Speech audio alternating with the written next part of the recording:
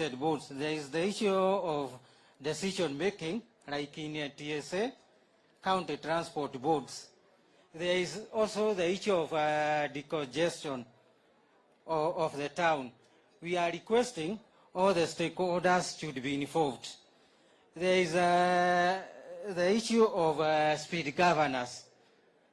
In fact, after every 12 months, we are being told the serikali in a demand, we change a governor. And you see the cost of a governor, mara mingi inakuja around 20 to 30K. How do we, why are we wasting a lot of money? And the last but not least, there is, this one is internal to the county government. There is Maboya bylaws. Like here in Nyeri, we are having a bylaw 1500 at Karatina, Nyeri 1500, ukienda Udhaya kunayo, ukienda Chaka kunayo, ukienda Narumoru kunayo. Our governor, why don't we centralize? We reduce these bylaws. There is also, we are requesting, I don't know whether we can get to be the county government. How can we be getting the circles? How can we be getting subsidies? Either from the national government or from the county government. There is the last one is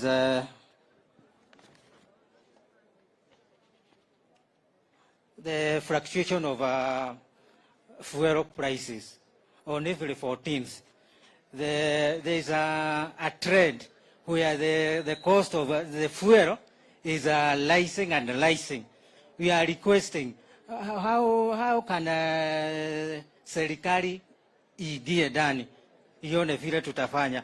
And at last there is the issue of loans. We as matatos, we usually deal with a lot of loans. So hata serikali ni lazima ituangalie ione how can we help. Asanteni. Thank you very much.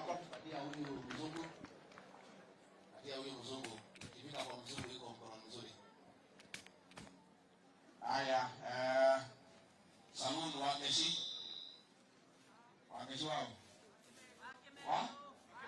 wakemeji huku mbao wale wakeshi ni bora ya ukinya ebi yakile tangelo muhuko haya wakeshi. Naibu wa Rais, gavana wetu na wageni waliotutembelea, karibuni Nyeri. Naitwa Teresia Wageshi ama Wakimenjo. Kwetu ni hapa Nyeri na nitaongelelea kuhusu salon pamoja na vinyozi. Ya kwanza nitaanza na license. License zinakuanga juu sana na si mambo na governor, hiyo ni mambo kutoka na juu. Juu ni lazima ushuru uokotwe. Kila wakati huwa tunaongelea mambo na license juu COVID ilikuja. Na sisi kama wamama wa salon ama wasichana wa salon ama watu wa vinyozi huwa tunaungana, tunashikana pamoja, tunaingia kwa exhibition. Na exhibition, ukiingia kwa exhibition sio kama salon. Unalipishwa kutoka 6,000 mtu mmoja. Na ukilipishwa 6,000 mtu mmoja, labda na kuna COVID huwezi make kulipa hiyo kodi. Na kuna watu wa vinyozi pia wameshikana na wanachukua ikiwa exhibition. Na tukiingia kwa license, unasikia umelipa hii 6,000 na mwenye hiyo nyumba anahitaji ingine ya license. Sasa hiyo ya license mnachanga kila mtu labda 200, 300 ndio alipe kulingana na vyenye atalipishwa. Na si hatupigi governor juu hiyo ni mambo kutokana na serikali ya ushuru. Juu sasa ukiangalia unatoa 6,000 tena uambiwe utoe 500, sidhani utamake. Hiyo inakuwa shida kwetu. Mambo ingine na hata inaingisha watoto wetu kwa mambo ingine mbaya. Juu unasikianga hiyo industry yetu, watu wanasema sijui ni malaya wanakuanga huko, sijui ni nani wanakuanga huko, juu hawatuheshimu juu Wengine wetu ukiona hujimudu kwa hiyo kazi, unatafuta unakimbilia kazi nyingine. Na labda utapatana na mwingine akwambia twende tusimame pale tutapata pesa. Na sisi hatutaki hivyo juu tumesoma. Na kama hatujasoma kuna mtu amedropia 8 na tunamfundisha anajisimamisha kama msichana ama kijana. Na ni vizuri juu mnasema hii bottom up ni ya kuchukua wale wako chini sana ndio wasimame. Sasa huyo wa kinyozi ndio asimame, lazima umpatie ile biashara anaweza. Na hiyo tunashukuru gavana wetu juu alituevia kidogo akatuangalia juu ya COVID. Hiyo ingine ni mambo na products zenye huwa tunatumia.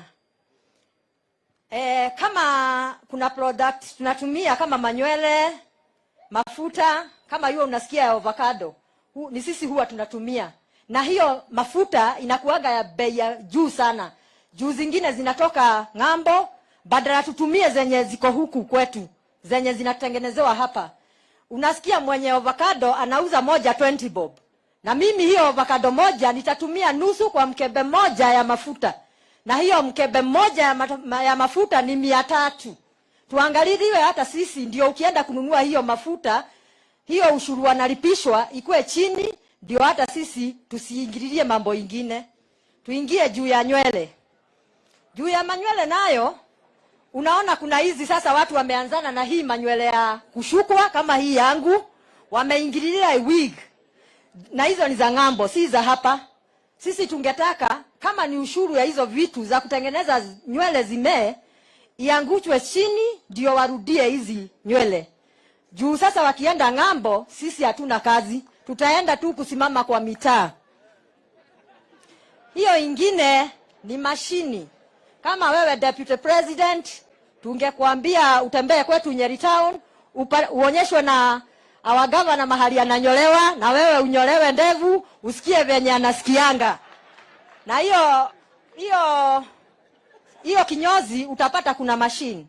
Na hizo machine si mingi zinatoka huku, zingine zinatoka nje. Na ni kwa nini? Juu sasa hawa vijana wadogo wenye wana drop shule, tunaambiwa na serikali kuna mashule itafunguliwa. Ndio zimefunguliwa, lakini hazina vifaa.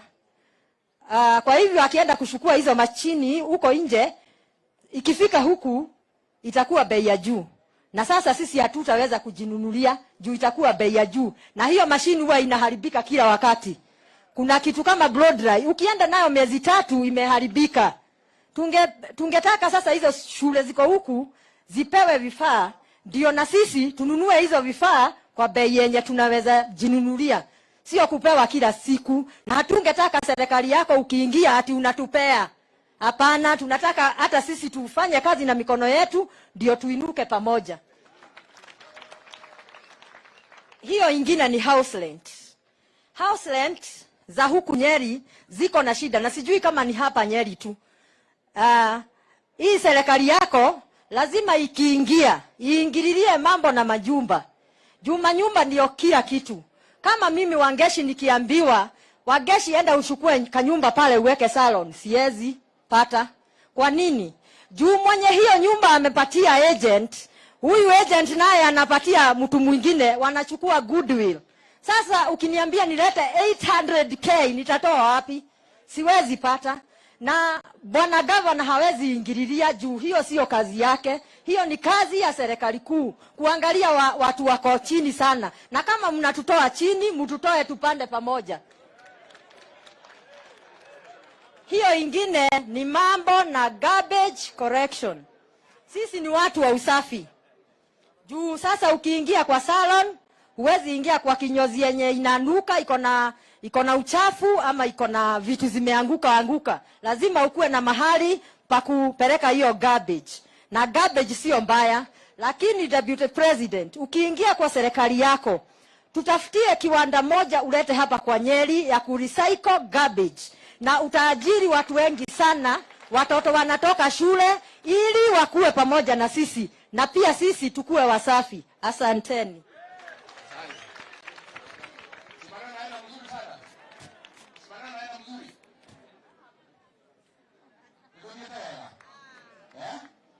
Kumwana kwa mzee wangu ana ni kwa president wa Jamhuri ya Uganda. Alikuwa kijana wa Saluni. nyingi mai na kuna safari park iko kama leo makuwa mrolua. Ndio hiyo hoja. Kutoka kwa mtano. Haya, watu ya taxi kutoka Rorengo. Hapo wapi jamaa huyu wa taxi? Joseph Aleni.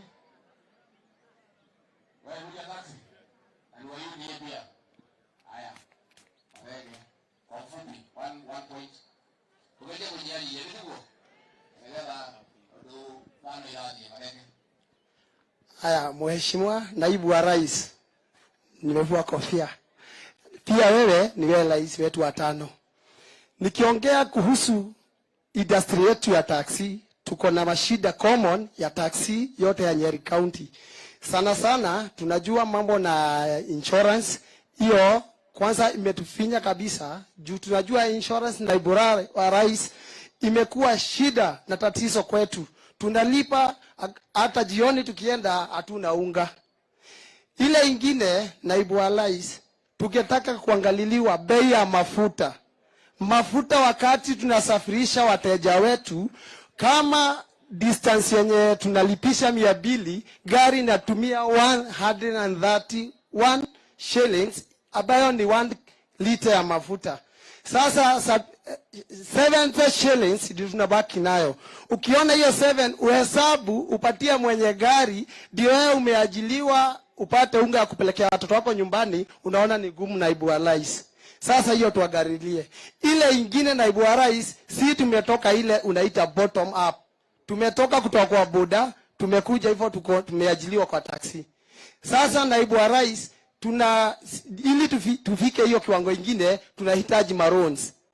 Ile loans tungehitaji, ile interest tunapewa na bank zetu iko juu sana. Ile interest iko juu sana. So tunakuomba naibu wa rais, tuangalilie tu. Ile ya mwisho ni ile ni mambo na kuhusu na spare parts za gari. Spare parts za gari ziko juu sana. Sijui kama ni tax inataxiwa juu, inatufikia ikiwa na bei ya juu. Zamani tulikuwa tunaona kila kitu inaandikwa made from China, na sasa tunaona ni vile vile tu. Naibu wa rais, ukiingia tuangalilie ile maneno ili hizo spare parts ziwe zinatoka Kenya.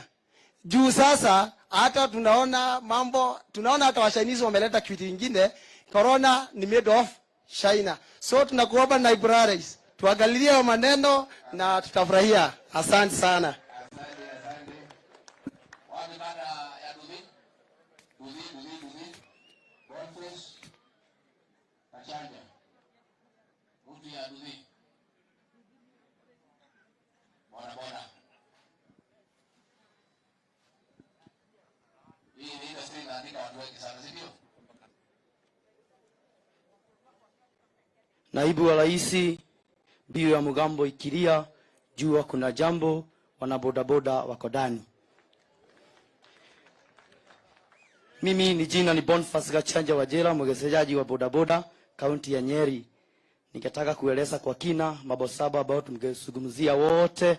Tuko na pikipiki 29,485. Jambo la kwanza ni security. Tukisema kuhusu security, sekta ya pikipiki, kuna watu wale wameingia eneo la Nyeri wanatupatia loan ya pikipiki. Kuna wale wawili wanajulikana katika kaunti ya Nyeri. Wa kwanza ni Wamogo Credit na Watu Credit. Wakiingia hapa wakinatupea credit ya pikipiki, na ni mzuri kwa sababu deni ni mzuri, lakini baadaye tunajipata tukiwa katika hali mbaya, zile pikipiki huenda ikasukuchukuliwa kwa sababu mpaka ile traka wako nayo ni yao, unatumia safa ikiwa yao. So ukiwa rais wa Jamhuri ya Kenya, hebu safa ile ya pikipiki ya traka irudi kwa Ministry of Trade and Industrialization. Naibu wa rais, ningekueleza kwa kinaganaga, tungetaka all the vocation training colleges tuwekewe sekta ya bodaboda riding driving school ili tuweze kusoma kuendesha pikipiki. Kwa hivyo tukiwa na bodaboda riding primary school, bodaboda riding driving school, watu wa pikipiki wataweza kuenda zile vocation training colleges, tuwe tunapelekea pikipiki pale tupate license, hata tuwe tunasubuliwa na askari tukienda kwa barabara. The Deputy President, tungetaka tuwe na insurance pool. Mara mingi unaona wale watu wa 2NK wanatetewa na pulu yao ya 2NK sako. Lakini sisi hata tukipata ajali huwa tunapotelea habari. Kwa sababu hata pikipiki zetu tutaenda write off na hakuna kusipata tena.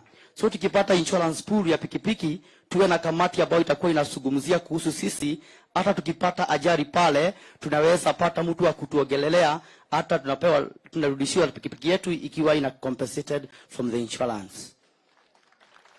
Naibu wa Rais, nikataka kuzungumzia kuhusu kadi ya NHIF.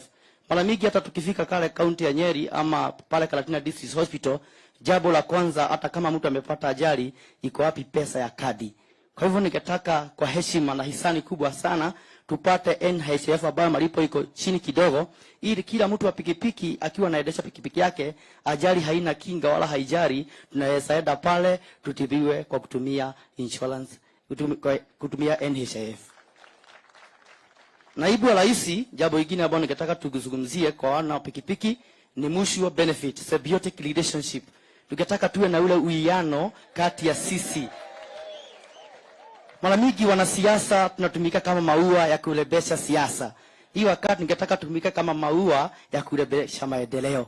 Kwa sababu sisi pia tumesoma, tuko incorporated katika serikali. Kuna vile viti dogo mlitengeneza na Uhuru Kenyatta kama cabinet assistant secretary. Tungeuliza kwa heshima na hisani wana bodaboda wa kaunti ya Nyeri, the cabinet assistant secretary of transport in the bodaboda department akiwa ametoka kwa pikipiki.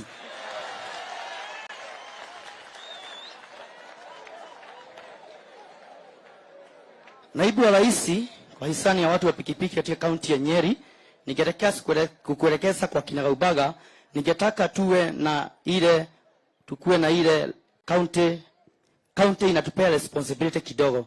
My teacher, my governor, Mutahi Kahiga, ile wakati hata unapeana ile public amenity, tunashuka kama show ya serikali, show ya county, angalau hii wakati upea mpaka watu wa bodaboda, tunapata pesa kidogo kwa sababu kila bodaboda sector tuko na sako. Ili ile pesa kidogo tunapata management kama ya public amenity, it can be included in a sako, making our sako grow tremendously. Mr. Deputy President, jambo la mwisho ambalo nimetumwa na watu wa pikipiki, wamenieleza kwa kwamba kwa sababu huku ni UDA na mimi ndio speaker wa kaunti ya bunge ya pikipiki, nitahakikisha kwamba pikipiki 29,485 watahakikisha kwamba watasukuma dembe mpaka ukue President of Republic of Kenya. Asante sana, Mungu ambariki. Asante sana, thank you, God bless the people of pikipiki. Asante.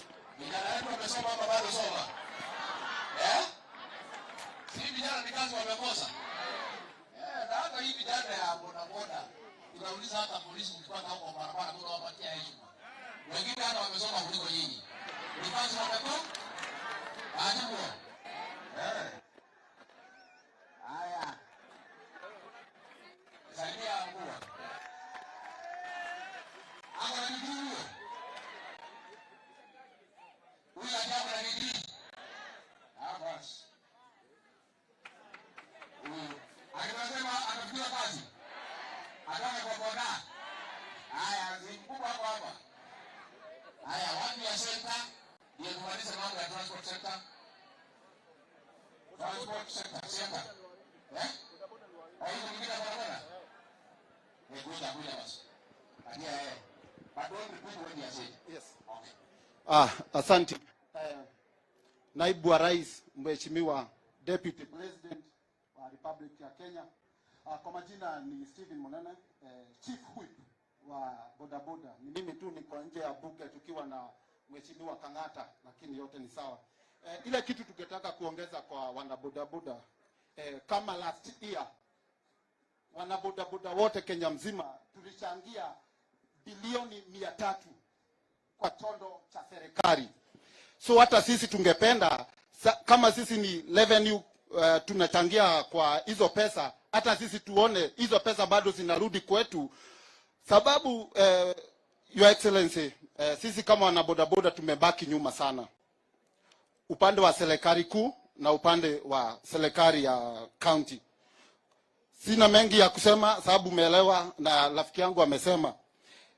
Hiyo kitu kingine tungetaka sisi kama wabodaboda kumchukuru Rigathi Gachagua, na tulimpea jina kama Rigathi wa Aduthi, sababu Mheshimiwa Rigathi Gachagua ni MP Kenya mzima mwenye ako na kazi gumu sana. Ati ni MP Mathira, ni MP Nyeri na ni MP Kieni. Ndio maana tulimpea jina Rigathi Waduthi, na kwa ukweli tulimuona mahali na bodaboda. Kwa hivyo hata unajua Waswahili wanasemaga palipo wasee hapa haribiki neno. Kwa hivyo hata Your Excellency ukitufutia huyu mzee Rigathi akuje hapa karibu na wewe, hata sisi tutachukua tuseme kweli umetufanyia mambo kama wakazi wa Nyeri. Asante sana na God bless you, our fifth President of Republic of Kenya. God bless you sir. Asante. Lakini wapi ya Nyeri na Kieni? Kazi yenu nimebaki mwezi 5, mjipange. Unatafuta mfanyikazi? Watu wake ni mbaya. Nimeosha jambo tu wawera. Yeye ndio anataka kumtaya hayo. Nimeosha jambo tu wawera. Aya mela ineno. Yadu wa Nyeri County. Nimeosha jambo tu wawera. Mtafuta mfanyikazi yenu. Mimi nitasimamia nyinyi mwezi 5, lakini mtafute mfanyikazi.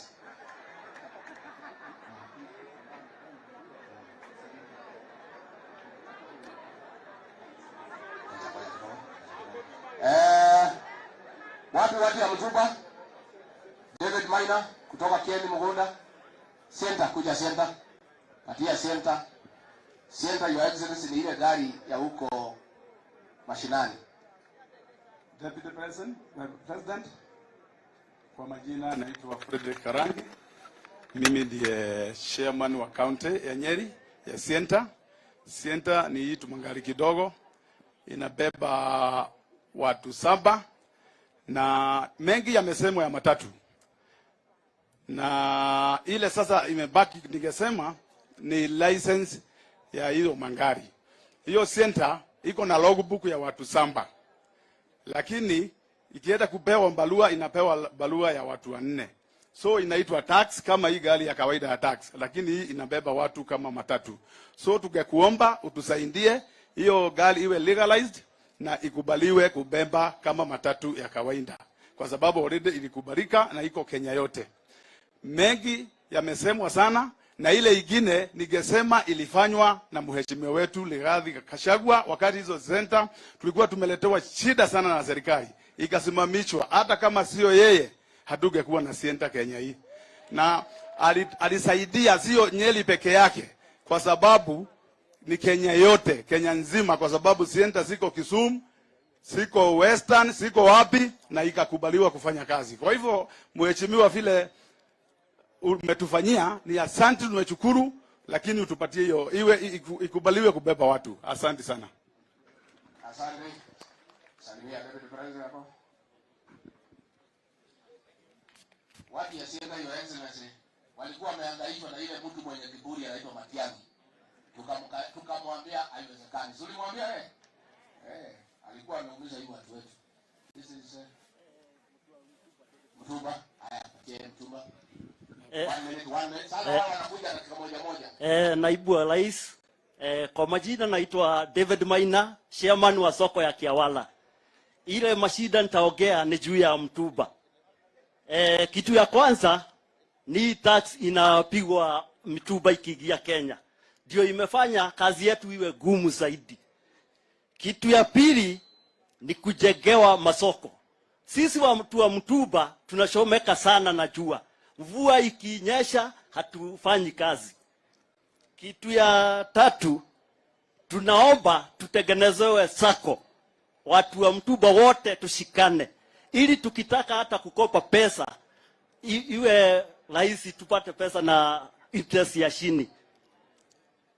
Kitu ya 4 ni hao watu wa China wametuangamiza sana. Wao wanauza Mtuba, tunaleta Mtuba, wanauza na retail badala ya uze na wholesale. Sisi tunaomba ukiingia juu unaingia hao watu wauze na wholesale. Mimi najua watu wa Mtuba wote tumeshikana na tumeamua sisi tuko kwa serikali yako, na sisi hatupagwi. Mungu akubariki mheshimiwa. Haya, asante mtu ya Mtuba. Tuko na hii watu ya vinywaji ya wazee ile wanakunywa ndio watafute usingizi. Na si makosa, mbona wasikunywe mingi, si ndio? Vincent Jogona. Jogona.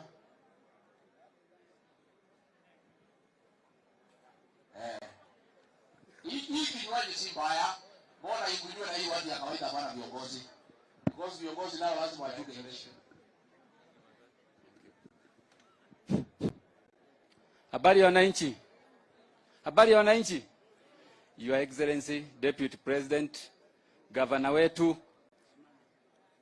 wana constituency wenzangu na wageni ambao wametoka sehemu mbalimbali. Majina yangu ni Vincent Mwangi na mimi nasimama hapa kwa niaba ya watu ambao wanafanya area moja ya muhimu sana, hospitality area. Hii hospitality area nikiongea kwa ufupi nitagusa kuhusu area moja that it requires a conducive environment of work. Nitaongea kidogo kuhusu hiyo. Nitaongeza kuhusu licensing and taxes, pia hiyo yafaa iangaliwe vizuri sana. Nitaongea kuhusu time of operation. Saa ingine masaa ambayo tunapata inakuwa dogo sana, ambayo hiligani na taxes ambayo tunaendea. Na nitaongea kuhusu finances, ya kwamba hii ni area moja inalikuwa pia finances, sababu wengine bado tunajitahidi sana na pesa kidogo sana. Kuhusu sasa conducive working environment, sijui ni kwa nini Your Excellency hii mahali huwa inaangaliwa kwa njia ambao si halali sana. Yet sisi ni watu ambao wanafanya biashara halali, tunalipa licenses. Chenye kinatumika ni kitu moja, isipotumika katika hii nchi, mastress itaua wazee, itaua hata watu wengi sana. Sababu ukishafanya kazi yako kabisa kwa bidii, yafaa upate mahali ya kupumzika. Wakati wa COVID kwanza sisi tumefinyika sana, sababu badala ambayo wako kwa authorities wakae chini wafikirie hii sehemu tutaingia namna gani, ndio pia tusidhurumishe pia huyu ambaye anafanya hiyo area. Tulisahaulika kabisa kama sisi ni watu ambao hata hawana watoto wanapeleka shule, hata hawakuli, hata hawalipi nyumba. Kwanza hata nataka kushukuru makoti yetu sana, sababu wasichana wengine wetu ambao ndio wanafanya hizo areas za hospitality zaidi, bus and the rest of it, walipokosa kazi sababu kufungwa kabisa, kufunganishwa badala ya kupangiwa, wengine wao walipata shinda sana kwa kuhaso zile areas kama za rentals, wakitafuta jinsi wataweza kusaidika kutoka kwa marafiki. Wakishikika huko ndio hao wanapelekwa kotini, ati sijui ni nini inaendelea. Makoti yetu ilifanya vizuri sana, ilifika pahali ikawaelewa, hata walikuwa na waachilia huru kabisa. Na hiyo ni kitu mzuri sana. Kama majaji walikuwa wana huruma, kwa nini serikali isirumie sisi? Kwa nini tusiangaliwe na jisho inayoangalia biashara zingine? Asante sana kwa gavana wenu, kwa gavana wetu, tafadhali wetu, sababu ni gavana wangu.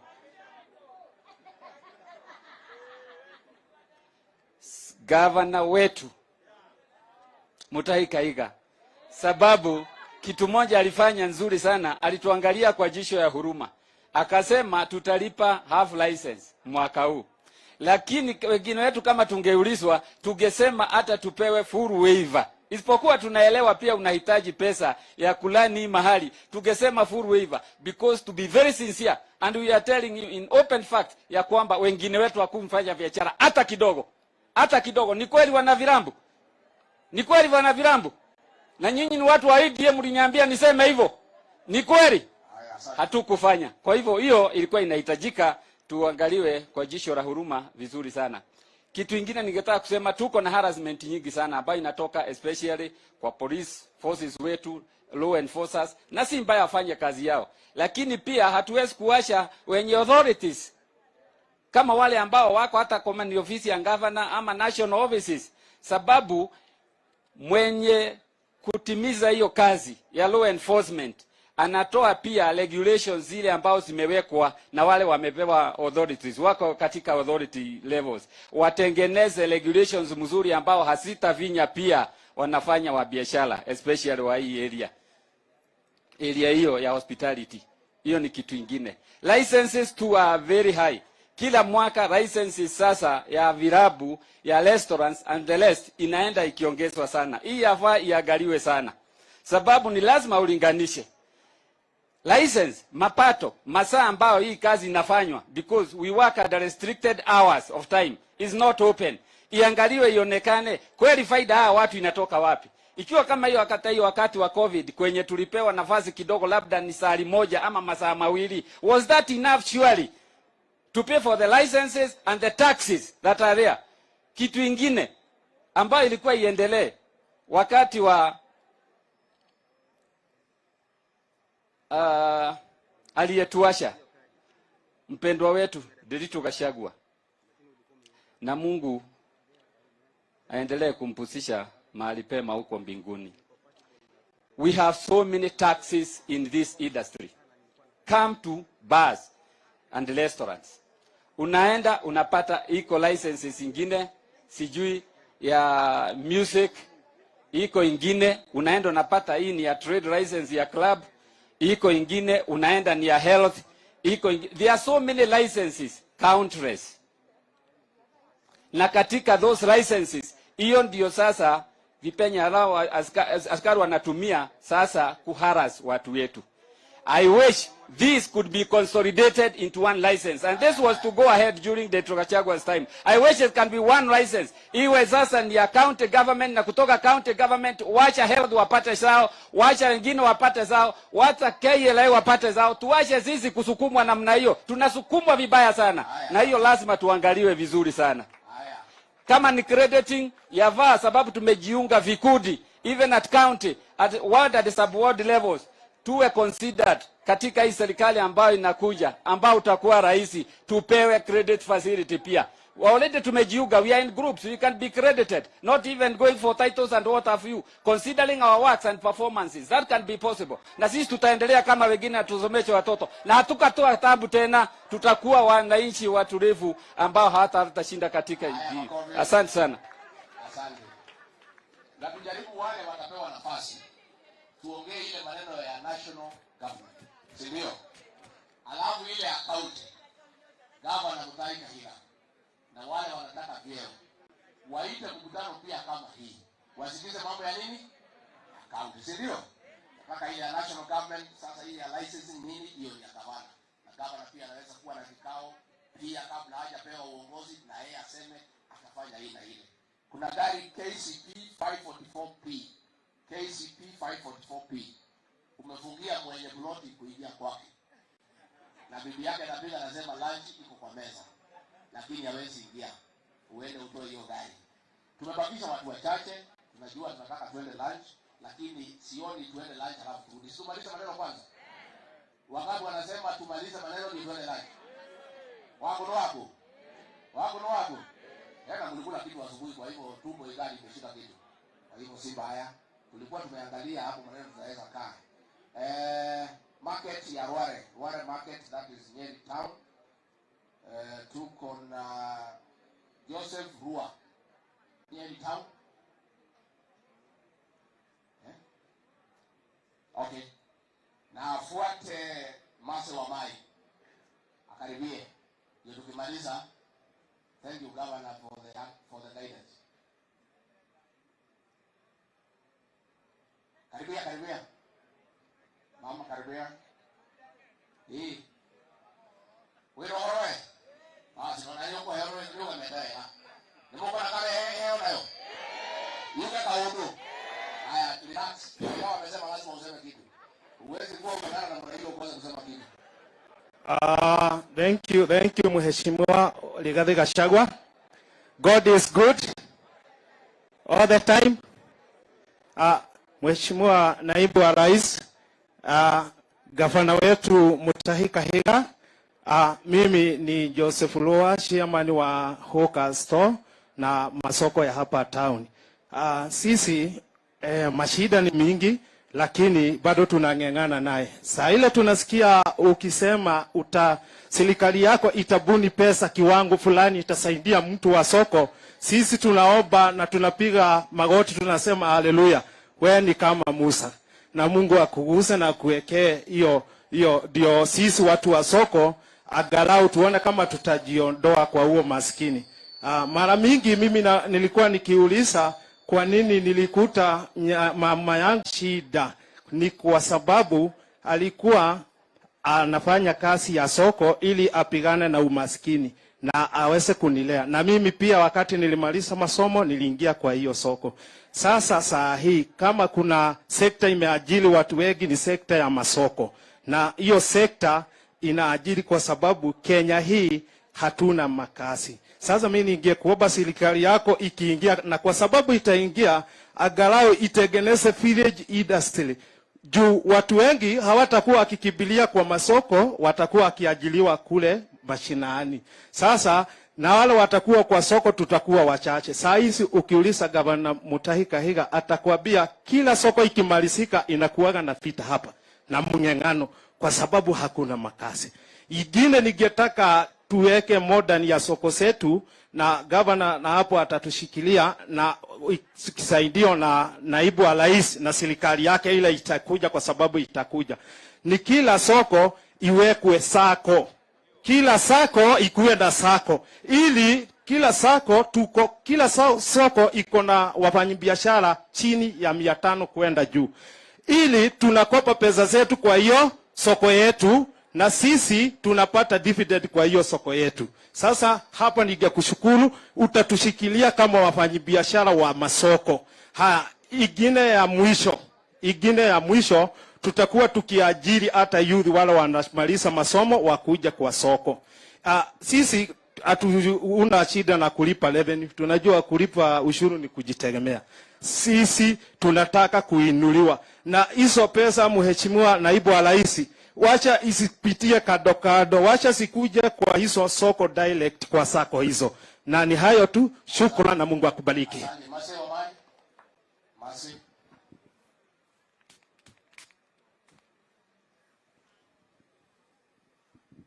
Honorable Deputy President of Kenya, yangu sio mengi, mimi nitaongea machache. Kwa jina ni Maso wangu wa Mae, naongea juu ya soko ya Karatina, na juu ya hiyo soko ndio kumbwa na ile masoko ingine inakuanga na sinda kama yetu. Ningetaka kusema juu ya housing and stores. Iwe hivyo, hiyo mheshimiwa Rigathi amesema tusiongee, tutaongea na gavana wetu Kahiga. Sasa soko yetu inafaa kuwa na solar ama generator. Hiyo ni soko kubwa sana. Juu stima ikipotea tunapata sinda. Alafu njia ya maji iko na sinda sana. Juu mferezi ni moja jubwa na Kahiga, na hiyo soko iko na watu kama 3,000 kila mchana. Sasa hii ingine nitaongea ni juu ya market fee.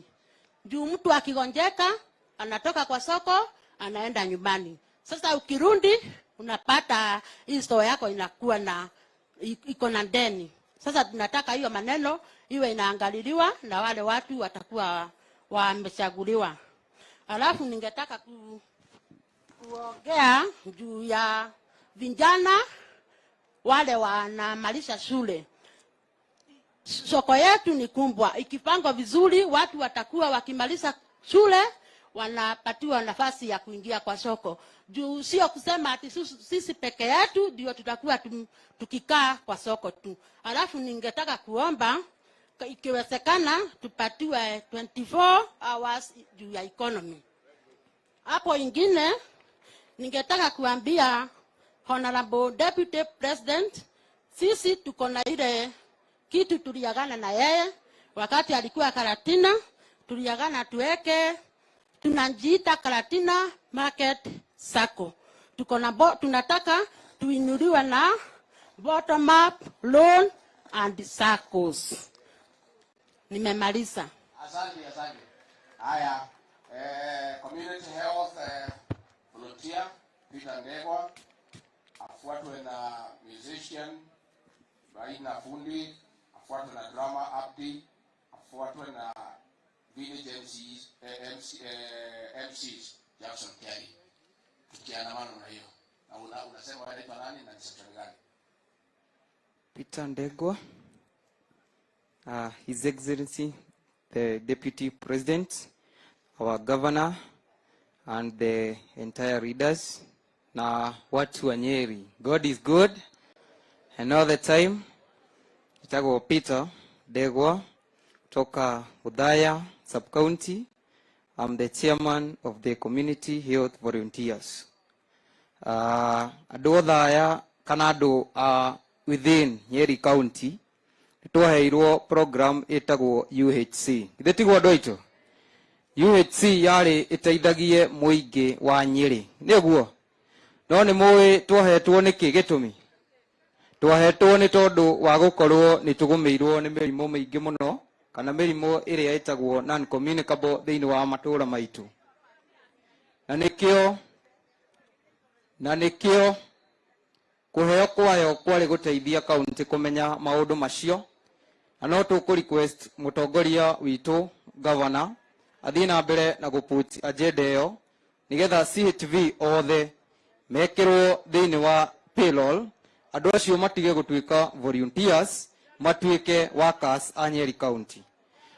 Ni tondu andu acio ni marutaga wira muritu muno wa guthii matura-ini maitu na makiri ihinda riri kuri na ugwati wa murimu wa covid. Ni tondu nio marathiaga household kwa household, ithe tiguo mari ugwati-ini munene muno matari agitire ni mundu. Koguo ni tukuria deputy president, we should request you, the deputy president, you shall be the president of the Republic of Kenya and we shall vote for you, but we will request you to have a CHV circle in Nyeri County so that these people should be able to grow together. Lastly, the governor of Nyeri, Governor Mutahi Kahiga, you are really working on that. But in most committees, we don't have the community health volunteers engaged in those programs. And that's why we are not in a good position in Nyeri County to fight COVID-19. If we equip the community health volunteers, we will not be able to use more funds to procure things about COVID-19. So we are really requesting your support to move towards together. Thank you very much.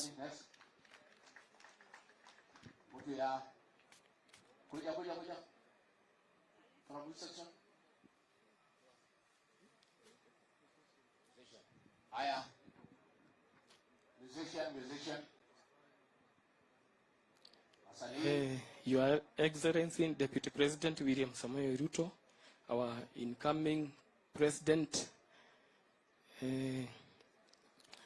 Nyeri County Governor, Honorable Mutahi Kahiga,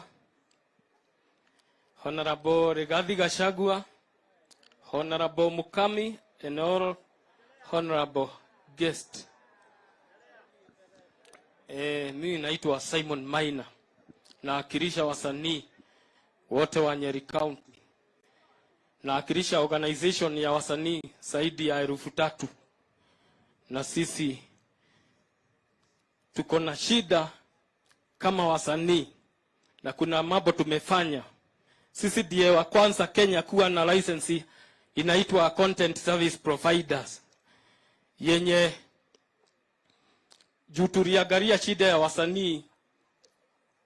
Wamekuwa wakifanya makerere lakini wanafanya makerere juu wanategemea watu wengine. Sisi tukaona tujitegemee, tukatafuta hiyo license na iko expensive sana.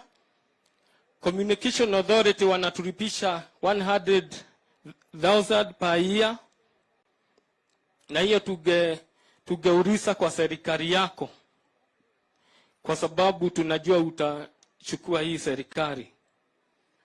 Ituodore iwe na package ya service providers yenye itaodoa hii license ya content service provider, hii license ya USSD.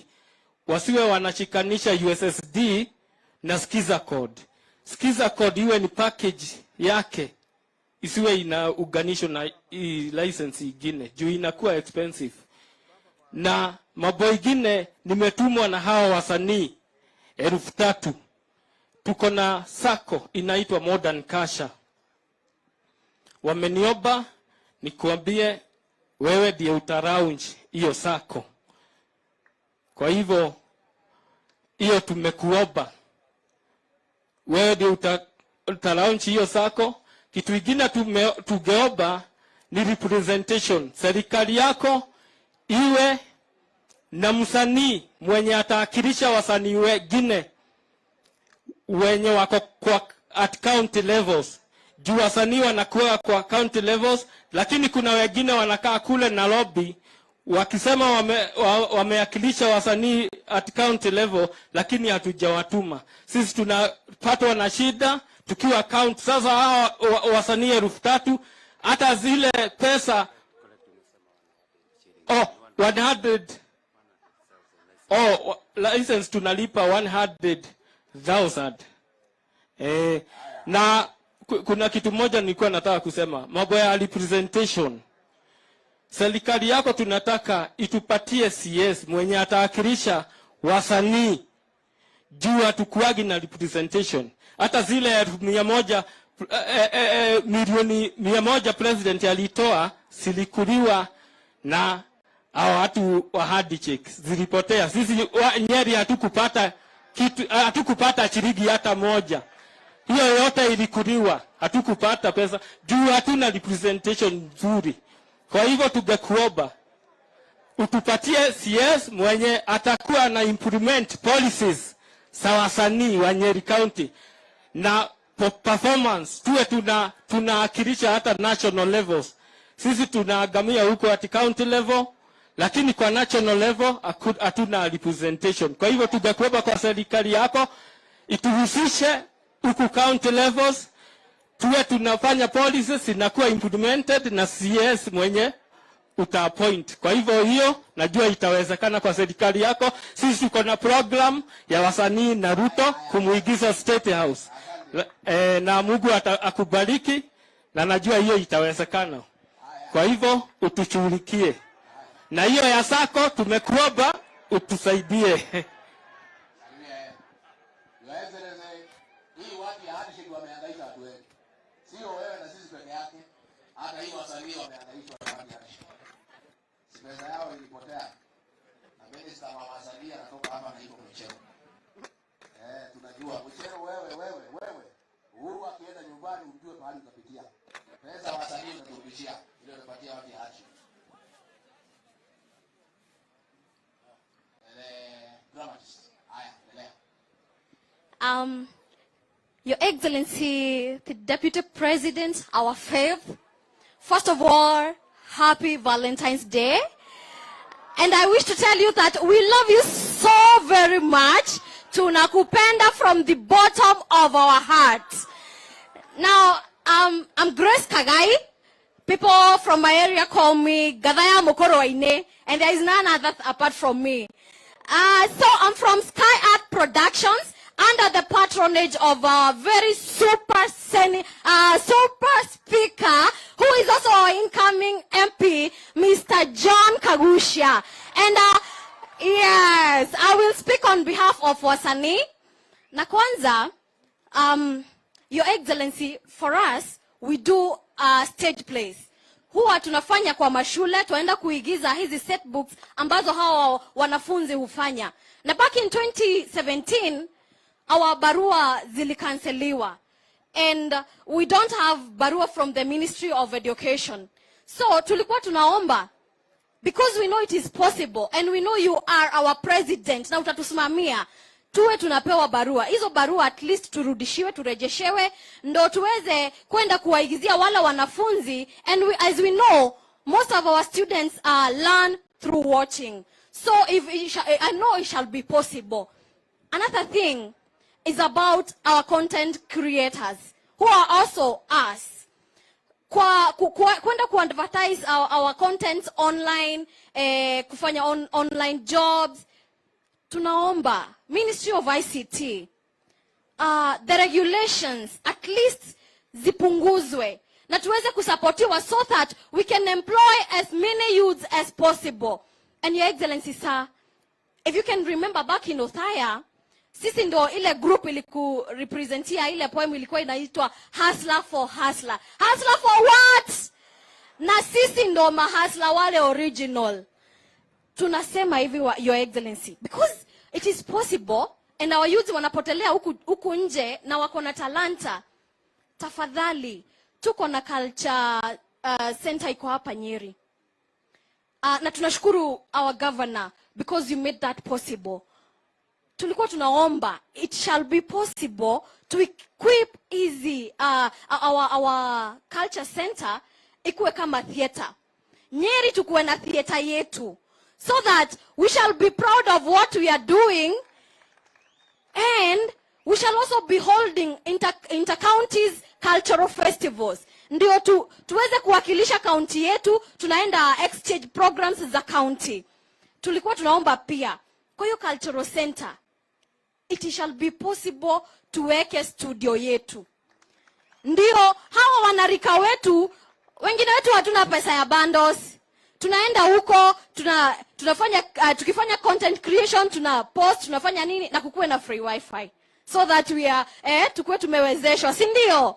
Haya, kabla nimalize Bwana Rigathi Gachagua. Tuge modo murathimeneke. Modo murathimene, murathime. Ona magerorogana mamorume. Na Ruto murathimene, murathime. Ona marorogane mamorume. Your Excellency, tunasema Rais ni William Samoei Ruto, chama ni UDA, nayo form ni bottom up. Na kwa mokoro inyado agai, turagushia maendeleo na kagusha. Thank you so much. Asanteni. Haya, tuko na Kiama on behalf of my MCs wale wa huko vijijini. All the village MCs. Yes. Okay. Kitu ya kwanza ni salamu. Si ndio wananchi? Ruto Ruto. Sisi tunajiita kama wanasema. Sema it means Swift Events Masters Agency. Hiyo ndio chama cha MC. Sisi yetu hakuna A, ni MC. MC. Yes. Sisi kama MC, sisi hatuna mambo mingi. Ile kitu tuko nacho, we are not recognized. Mheshimiwa Naibu wa Rais. For example, tuko Nyeri. Tuko mkutano wa watu wa Nyeri. Hakuna MC amefanya kazi hapa. Hakuna amegusa microphone. Hakuna mtu amefanya kazi hapa. Mimi nasema mambo ya kazi. Siku ingine tufanye kama vile Mheshimiwa Gachagua anatufanya pale Madera. Akiwa na mkutano anasema mimi naenda Keremokoyo, anaita mtu MC kutoka Keremokoyo. Akienda fulani kama Iriaine anaita MC kutoka Iriaine. Mheshimiwa Naibu ya Rais, ukifika Nyeri tuko na MC. Mheshimiwa Gachagua, washa nikwambie, sisi sio villagers MC. Hapana. Sisi tunafanya kazi. Na kama unaamini Mheshimiwa Naibu ya Rais na bottom up, chukua mtu kama mimi, mfanye national MC. Maana nilianzia kwetu Kishagi, nikakuja sub county, nikakuja county, sasa niende national. Yes. Adwaito. Maana sisi hatuna pesa ya kupatia Mheshimiwa Naibu ya Rais. Lakini sisi tuko na mdomo. Mheshimiwa Gachagua, akireo ko brand gikari kimwe. Tunengerwa muthenya omwe. Tutire tugithiururuka. Umuthi kia marikie. Rucio kwa MC uri ogi. Muthenya ucio kwa MC uri ogi. Githe kwa gutianuka gitunguru. Gutianuka gitunguru. Tondu ithuĩ twĩna kanua, no rĩngĩ na rĩngĩ gũtirĩ na kĩ? Na mbeca. Mnaonanga kama tuseme kama ni watu kama tuseme ni madaktari, mambo ya health, wakiwa na kitu kama chanjo hivi, wanachukua daktari mmoja, wanaenda anazunguka, na bado sisi tuko tu ma MC. Mheshimiwa Naibu ya Rais, ukichukua serikali yako, fanya kama mambo ni ya Ministry of Health, na kuna mambo inatakikana kwa watu waelewe. Tuko ma MC, tuko tu patia sisi kazi, tunazunguka hivi, tunazunguka na kutoka nukake gitogoro na maundu macio nimekwagerera. Mimi sina mengi, but tu sisi kama ma MC, sisi kama wanasema, sisi tumejitolea, maana tunajua hii mambo ya bottom up economics. Sisi tumejitolea kama ma MC. Tafuta gari tusunguke kama ma MC, na sisi hatuna shida na mtu mwingine, mambo itakuwa sawa na gwitu niko guka wega. Thank you very much.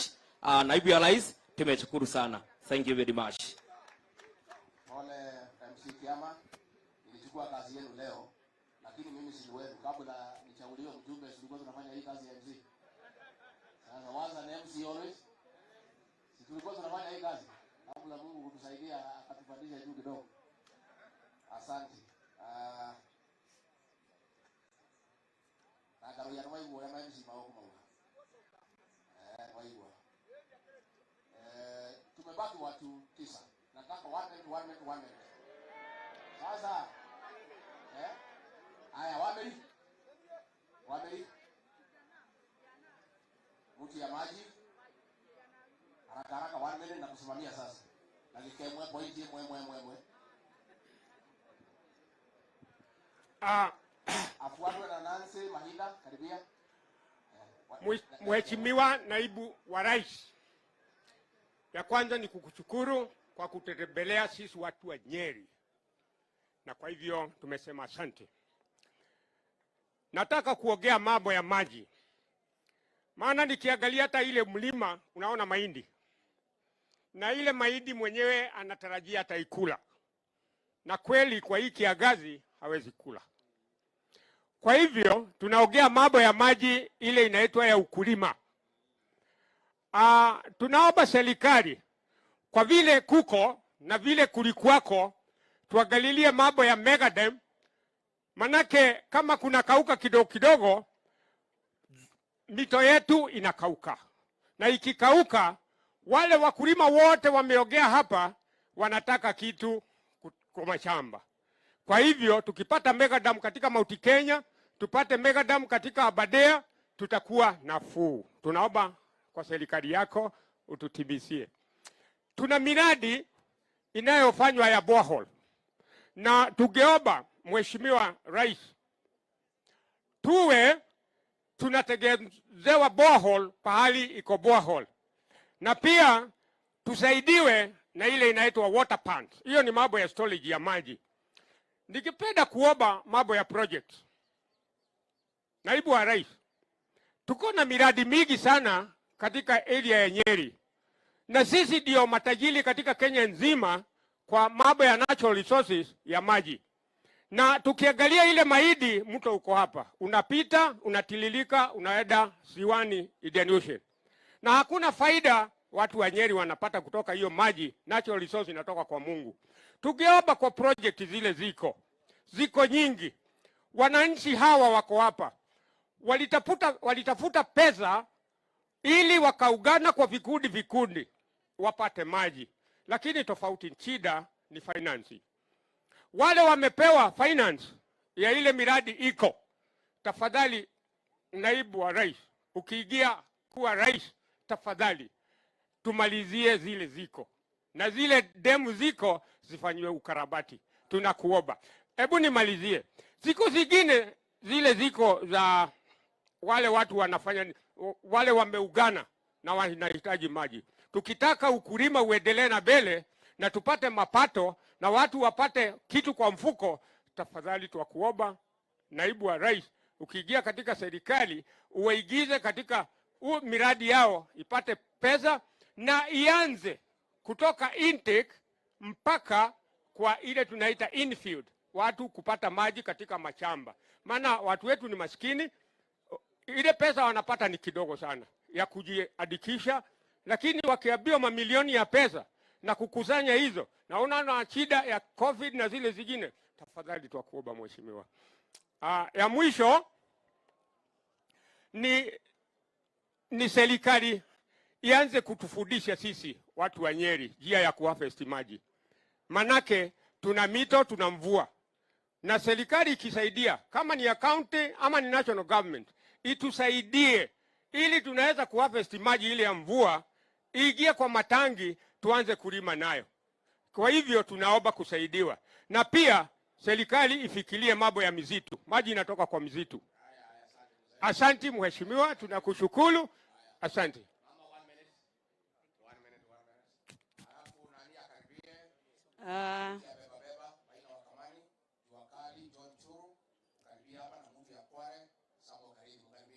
Let me start this way. As a result of the siege, the food shortage in the city was so severe that a donkey's head cost 80 pieces. 80 pieces of silver, and half a pound of dove's dust cost 5 pieces of silver. Your Excellency, Honorable William Samoei Ruto, our 5th President, I'm humbled to start before you to present our case. This is on water. I want to add on what my friend has said. As you all know, excuse me, members, let's all listen. And it's good that this is the last, maybe the last one we are presenting, because water is an all-round resource that is covering each and every sector that we've talked about here today. And without water, nothing can go on. Isn't it good people address the issue of water in a very good way? We may end up even having very poor people. As my fellow member has said, we need to harvest a lot of water, or we do the mitigation as he has said.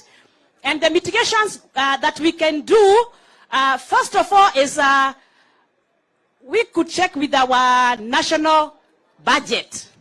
So we were requesting our president to be that in the national government, 1/4 of the national government to be pumped into the water project or anything to do with water. For example, if we have 3 trillion as the national government, and I know if you want to succeed, you have to work with the numbers, not just by mouth. If we have 3 trillion, so 750 billion should be pumped into water, so that we can bring all water projects on board, and because each and everybody, every being, every living thing depend on water. And without water, there's nothing much we can do. And maybe after we pump the 1/4 budget into water, we can mitigate the water problem by, as he has said, increasing our storages, by building mega dams, as you had promised sometimes during our last campaign. We are very patient people. Even today, we still wait for the mega dams. Hatuja kufa roho. We are still waiting for the 5 mega dams that we were promised during our last campaign. We can also collect the running water by using the water pans. And also, most of us here, each and everyone has a roof. So we can use the harvesting water by having water storage tanks. As also he has said, we can also mitigate by having boreholes. Also, we can also use irrigation water. Okay, in farming, we can use the new technology. We can use the new technologies in farming. Like using the drip irrigation and using the new technologies and even the greenhouses. If all of us, every one of us is given a greenhouse, we can be fairly food secure. If each and everyone is given a greenhouse, we can have food security and never have problems with food. The other thing is,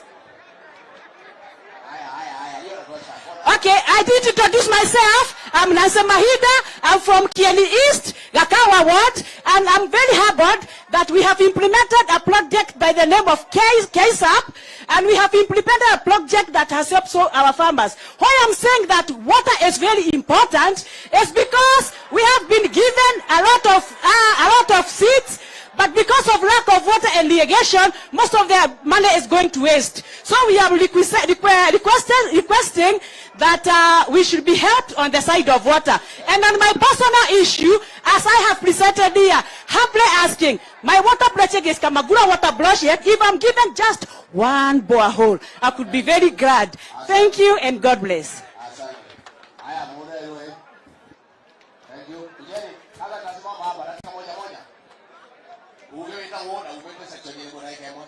Thank you very much.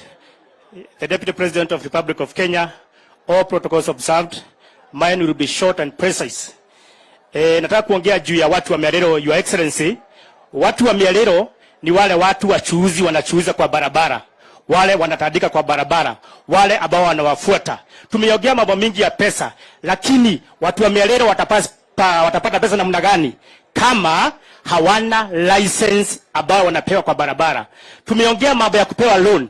Tukipewa loan, tukienda kwa banki kuchukua loan, tunaitishwa logbook ama license. Mimi nitatoa license wapi? Nitatoa logbook wapi ama title wapi? Kama Your Excellency uko na hakika ya kwamba tunatoka chini kupanda juu, washa tuokodoke katika mambo ya mkoloni, sababu logbook ni ya mkoloni, title ni ya mkoloni. Tukuje katika mambo ya modo kwa modo, one by one, na kugaranti unanigaranti. Jambo lingine na ni la mwisho, serikali yako hatutaki kwenda kwa bank kuchukua maloni. Tunataka serikali yako itege kiwango fulani cha pesa inaleta kwa sako, kama ile sako mimi naongoza inaitwa Mialelo, na uko na deni letu Your Excellency, na Mola kama atakujulisha kwamba mwezi wa 3 tunakuhitaji. Ileta kwa hizo sako, tunaenda pale kukopa, tunagarantiana na mambo itakuwa sawa sawa. Thank you very much and God bless you.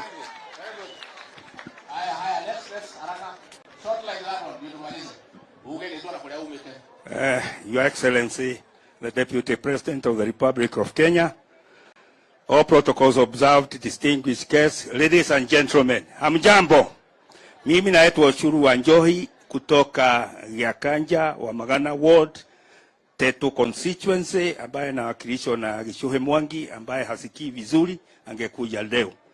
Mimi nazungumza mambo ya jua kali. I'll be very brief. Jua kali ni kubwa sana, iko na mambo mingi, lakini shida ile tuko naye sana ni kodi. Taxation imekuwa kali kiasi, ukienda kununua material bei ni kali, ukienda kwa sitima bei ni kali. Hata ile biashara utafanya utapata pesa kidogo, hata budget ya mwezi huwezi kuitimiza.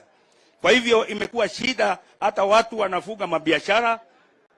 His Excellency the Governor knows very well. Watu wanahama kwa mabiashara, wanaenda kutengeneza viwanda huko nje sababu hawawezi kulipa rent. Tukisaidiwa hiyo, Mheshimiwa Rais, tutafurahi. Thank you so much.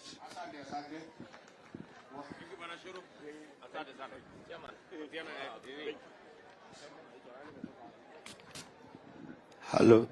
Bwana asifiwe.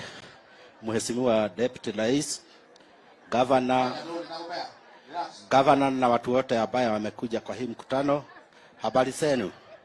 God is good. Mimi nimetoka Kwale, huko Rifa, huko Thigu Rifa Ward, na pia mimi naitwa Samuel Kareithi Maina. Mimi nimetumwa na watu ya Kwale, na pia naongea mambo matatu tu ili niweze kumaliza. Ya kwanza, mimi ni ile mtu ya Madera. Bwana asifiwe sana. Na sasa sisi tunataka tiga, Mheshimiwa Rais, Mheshimiwa Deputy Rais. Na tukipata hiyo tiga, hakuna wakati tutaenda huko Madera. Tukipata tiga, Mheshimiwa Rais, sisi tutaenda kwa Madera. Na pia sisi tuko Kwale different place. Ya pili, tunataka kila kitu ambaye kinaletwa hapa Nyeri kinaambatana na kitu ya mjengo, sisi yenyewe tunatengeneza. Pia tuweze kupatia hiyo opportunity ya first priority ili tuweze kufanya hiyo kazi. Pia tunataka mashini ya kutoa maji. Mvua ikinyesha tunasumbuka sana. Tunataka hiyo mashini iweze kutusaidia. Na pia tuna certificate ambaye hatusaidiwi mzuri. Tukitaka hiyo kwa groups tuweze kupatiwa malone na hiyo ma certificate. Ya mwisho namtolea shukrani kada ya wela. Bwana asifiwe sana. Hii ukisikia sisi deputy president hatuna MP, ni kweli hatuna. Tulipata shida ya mtoto moja ya mwenzetu aliuawa huko Mandela. Tuletea kada ya wela. Na pia akamchukua, na hata saa hii hiyo mtoto anasoma. Na pia tunatoa shukrani zetu kwa mheshimiwa kwa vile hatukuona pahali ya kufuatia. Tutasema asante. Dakika moja tumebaki hawa tu, alafu tutakuwa na ya mwisho na mkubwa ya walimu atoe mambo ya walimu na CBC na nini. Yatakuwa ya mwisho. Hawa 1 minute. Naibu Rais, waheshimiwa, nasalimu katika jina la Bwana. Kwa majina naitwa Daniel Tombo ama chairman wa Beba. Mimi ndio bogi la shida. Mimi naongelea ya kwanza, kila mbeba wa mkokoteni hana lake. Kwa sababu hao watu wa bodaboda walitunyang'anya kazi. Manake akiwa na bodaboda anabeba mtu na mzigo. Huyu wa mkokoteni anabeba mtu anamfuata. Sio kazi imeisha. Jambo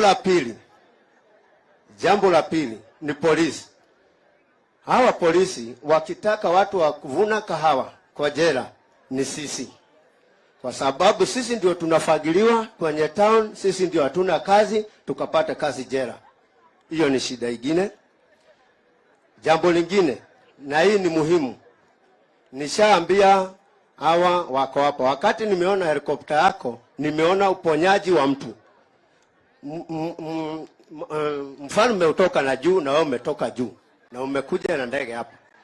Kuna mtu beba wangu aligojeka, saa hii hata anadaiwa 150,000. Hawa waheshimiwa wetu nimewaongelesha, nimeshoka, lakini mimi nimeona usaidizi wakati umekuja. Jambo lingine, na hiyo ndio muhimu zaidi, watu wale wanabeba mzigo, akikukaribia ama anikaribia Rigathi hivi, anakuwa na jasho nyingi. Ningeomba na mheshimiwa Mukami, Mungu akusaidie na akubariki, manake utarudi tena. Zile nguo ulitupatia zimeisha. Ile jacket ulitupatia dust coat zimeisha. Kwa hivyo Deputy President, najua wewe unasemaga na kutenda. Kitambo twende kampeni, wengine walete sijui mimi makabuti, nimekuomba kabuti 1,000 tu. Hiyo ingine tutajitafutia kwa hao wengine. Tafadhali. Hapo wengine ya mwisho kabisa tuko na harambee ya kulaunch. Tuna launch beba ni kubebe. Ndio tuwe tununue shamba. Tunakuwa na shida mingi zaidi. Na kuna kijana mmoja ameiba wimbo yako ya kampeni na yeye ni beba. Please, please, please, hata ningeuliza kwa heshima usikize hiyo wimbo. Asante. Angalau harambee zimefungwa kwa saa hii kwa sisi. Unless unataka tukue disqualified. Unless tupangane huko chini na haya 1 minute. Sasa nitamsimamia. Our Deputy President, our Governor, all protocol observed. At the elected MPs, at the women rep who started with the women lead, Ruto, Bwana Gachagua, I salute you. Mimi nataka kuongea maneno ya viasi. Bwana, our coming favorite president, sisi tunalima viasi, lakini at the end of the day, tunanunuliwa kama nyoka bila sumu. Ukikuja kwetu, tunagaramia kwa fertilizer, lakini at the end of the day, one week it's almost 30 bags, kwa sababu ni kubwa hata siwezi kufika juu. Mambo ile ingine nataka kuongea ni hata carrot. Tunalima carrot na boga pia, tunaona hiyo shida. Tunakuomba ukiingia kwa afisi, kwa sababu utaingia ushughulikia wale wakulima wa viazi, carrot na mio, kwa sababu hata sisi hatuna bonus. Watu wa Kenya hatuna bonus kwa sababu masiwa hana bonus. Viazi hiyo tunanunuliwa kama nyoka bila sumu, haina bonus. Ya mwisho tunatoka kukuambia, mimi naitwa Madam Julia Dungo. I am the chairperson Ken West County. and we support the government of the day. We elect Uhuru Kenyatta and the Honorable William Ruto. So we will support you at the end. Tunataka kama akina mama wa Kenya, tunataka one car because Kenya is 52% of Nyeri County. Blooded akina mama na William Ruto. Ya mwisho akina mama wote wako kwa CRB kwa sababu ya COVID-19 wameenda kwa Tala, Mshwari, KCB. Akina mama wote wameniambia ukiingia uwatoe kwa CRB. Ya mwisho nataka akina Legathe, akina Nonok, I want to give you a piece of Bible so that when supporting William Ruto, you will read it. 2 Samuel, hata wewe William Ruto andika. 2 Samuel, chapter 21 from 1 to 10. The second readings will be Joshua 9 from 1 to 27. We as the Nyeri people, we will not elect a leader so that we can have 3 years without rain. We have to fulfill the covenant our president gave us.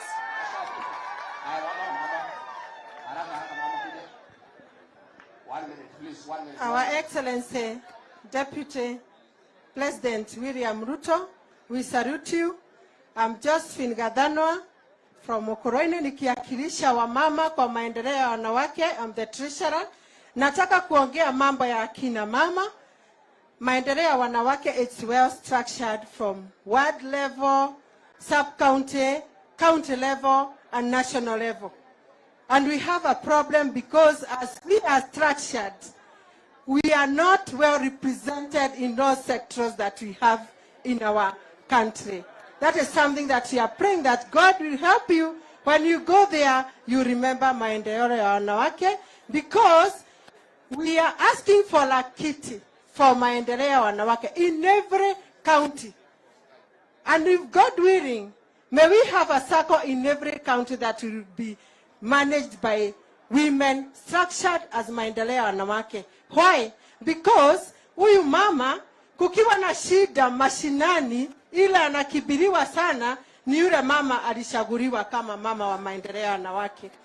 Sisi tunasimama, wakati mwingine tunaenda kupima wa mama cancer na nini na hiyo yote, we don't have our kiti. But we normally go to our MPs, we cry for them, and we thank God because they always answer us.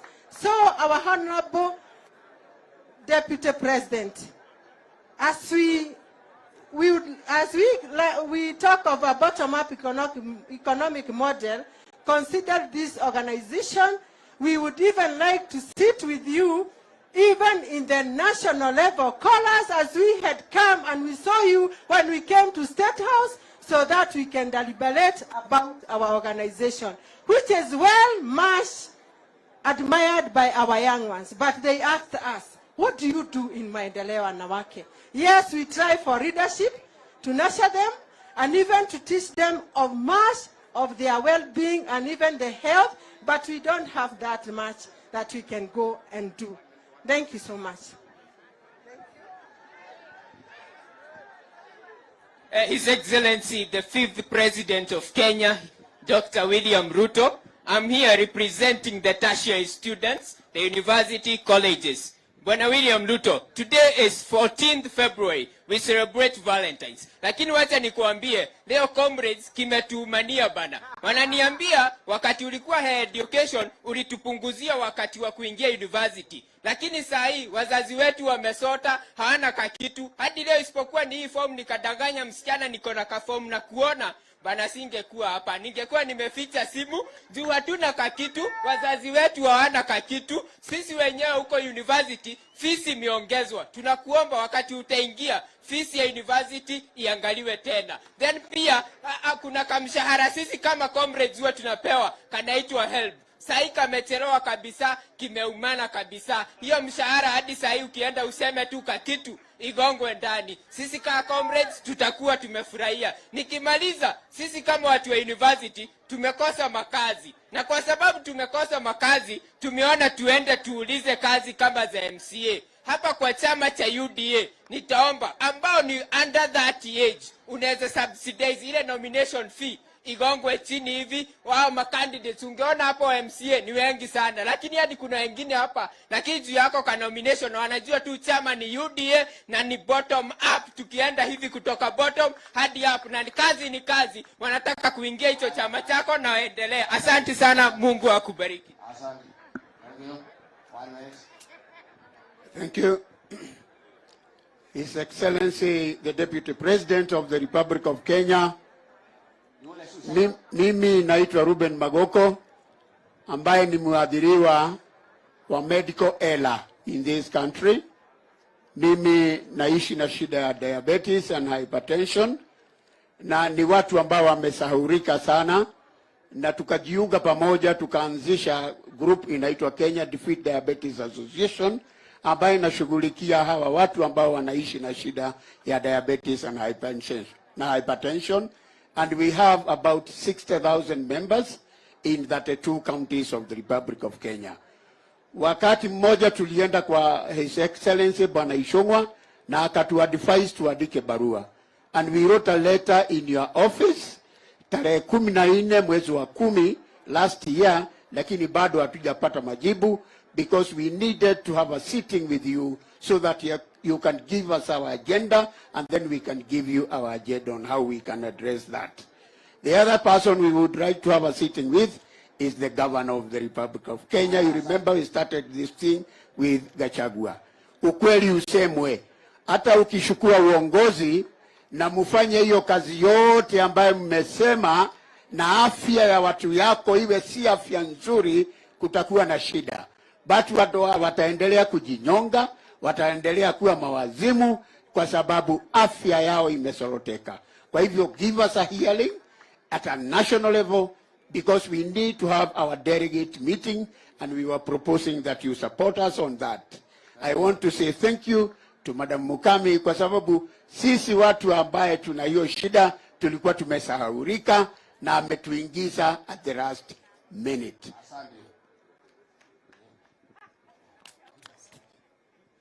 Kwa majina mimi naitwa Daniel Kimani Maingi, nimetoka huko Kiawala, huko Gatarakwa, na shukuru sana makamu wa rais kwa kupata nafasi hata ya kuongea tu kidogo kuhusu magari ya lorries na pickups. Hawa ni watu wa uaga wamesahaulika kabisa, na ndio mnaona iko ajali mingi sana zinatokea kwa malori. Watu ya malori wako na shida mingi, na moja yake ni huwa wanaendeshaga magari masaa mingi sana. Hiyo ni shida moja. Na wakiendesha magari masaa mingi huwa wanaogopa mchana juu ya traffic. Hii maofisa ya traffic kwa barabara. Bwana Deputy President, hii imekuwa ni kama kawaida, ati traffic police wanachukua pesa kutoka kwa sisi, sababu hata ukitoka Nyahururu kufika hapa Nyeri unakuta zaidi ya 1,000 umetoa na umepatia hawa. Hata huaga wanaitisaga wakati mwingine kwa nguvu. Ndio unaona tunakimbia haraka ndio tuende usiku tumalize, na ndio unakuta iko accidents. Kitu kingine makamu wa rais ni hii habari ya spare parts. Spare parts tunaona serikali inachukua almost 30% ya tax, na ndio kununua spare parts za gari. Ndio unaona tunaweka substandard spare parts ambazo zimetumika sababu bei imekuwa juu sana. Ya mwisho iko wafanyabiashara wengine wameingia kwa hii biashara ya maroli. Hii makampuni kubwa kubwa, hii ya cement, hii kubwa kubwa wamekuja wanafanya hiyo kazi ya transport. Na hiyo sio mzuri. Wanaweka chakula kwa magari ambayo iko na cement, kwa mambo mengine, na hiyo ndio unakuta watu wako na nini. Ya mwisho Bwana Deputy President, siwezi ogopa. Bwana Gachagua ndio amekuwa anakalia hiyo area yetu. Ile shida tuko naye, iko wakati ulitupatia huko shilingi milioni 20 ya kujenga hospitali ya 20 million ya kuanzisha hospitali ya level 5 huko Kiawara. Ukatupatia shilingi milioni 10 ya kufanya rehabilitation ya headquarters ya sub county ya Kieni West. Siwezi ogopa nikisema haya, sababu hiyo maneno imetimizwa kabisa. Na hii ni maneno tumefuata huko Kiawara hakuna hospitali hata gani. Ikianzwa tu hawa tumechagua, wengine wanakuja wanaisimamisha. Ikifanywa tu hawa tumechagua wanakuja wanaisimamisha. For instance, hiyo ulisema ipewe pesa hizo. Hiyo tumejaribu hata na governor wetu na kila kitu, na hata tukapewa pesa na national government. Na hiyo pesa moja walikuja akasimamisha, hizo pesa akapeleka kwa chaba yake. Hiyo siwezi ogopa nikisema namna hiyo. Hiyo pesa bado tunahitaji, na sio ya mtu alitoa contractor kwa ground kwa nguvu akitumia hata mapolisi na mambo ingine. Hiyo ni kitu moja sinaomba, hiyo tujegewe. Hiyo ingine ya mwisho ndio nimalize. Sawa, asante sana. Haya, person with disability 1 minute please. Na bwana Madenge kwa walimu kuwe tayari tafadhali, 1 minute only. Bwana Deputy President, Women Rep of Nyeri County, Mr. Mwaola, Senator wetu wa disability, na governor wetu Mutahi Kahiga, na wasalute. Lakini kwa people with disability tukipenda tuangaliwe, especially Madam Mukami anatusaidianga sana kwa kuwa na Mwaola. Hata governor wetu tukienda kwake aturudishwi sisi people with disability. Lakini tukipenda mahali watu wa people disability awekwe muangalie maslahi, awekwe mahali popote anataka kuwekwa, because utapata anataka kuteremka chini, anataka kuja stage ya juu, lakini unapata because ya city council lazima awekwe stage katikati, na anakuwa anataka kuja hapa Equity ya juu. So nikipenda ukiingia kwa kiti na njoo utaingia na people with disability wanakusupport wote, uangalie hiyo maslahi na exemption ya people with disability. Mr. President. Asante, pigeni makofi. Bwana Madenge, karibu. Alafu mtu ya mwisho ni hii na marangi ya UDA. Yanatufungia sisi sawa? So Your Excellency, the Deputy President of the Republic of Kenya, Mheshimiwa William Samoei Ruto, who happens to be my recommit, wageni waheshimiwa, I will speak on behalf of the teachers and the general education very briefly indeed. My name is Madenge Wajau. I am the Executive Secretary, the Kenya National Union of Teachers, Nyeri branch. I'm happy because the Deputy President is my age mate. But I'm older than him by 1 week only. So I know the education sector is a national issue, but your government, which we believe is incoming, must look at this issue of policy formulation. I am a great supporter of the bottom-up economic model, and I also want to believe that in terms of policy formulation, it must also start from the bottom upwards. Your Excellency, the Deputy President, when your government comes into power, which it is doing, we want sufficient funds to be pumped into schools. Kwa sababu hawa wazazi hawa wote unaona, hata kama tunasema we are free primary education or free the secondary school education, they are still paying some levies in the schools.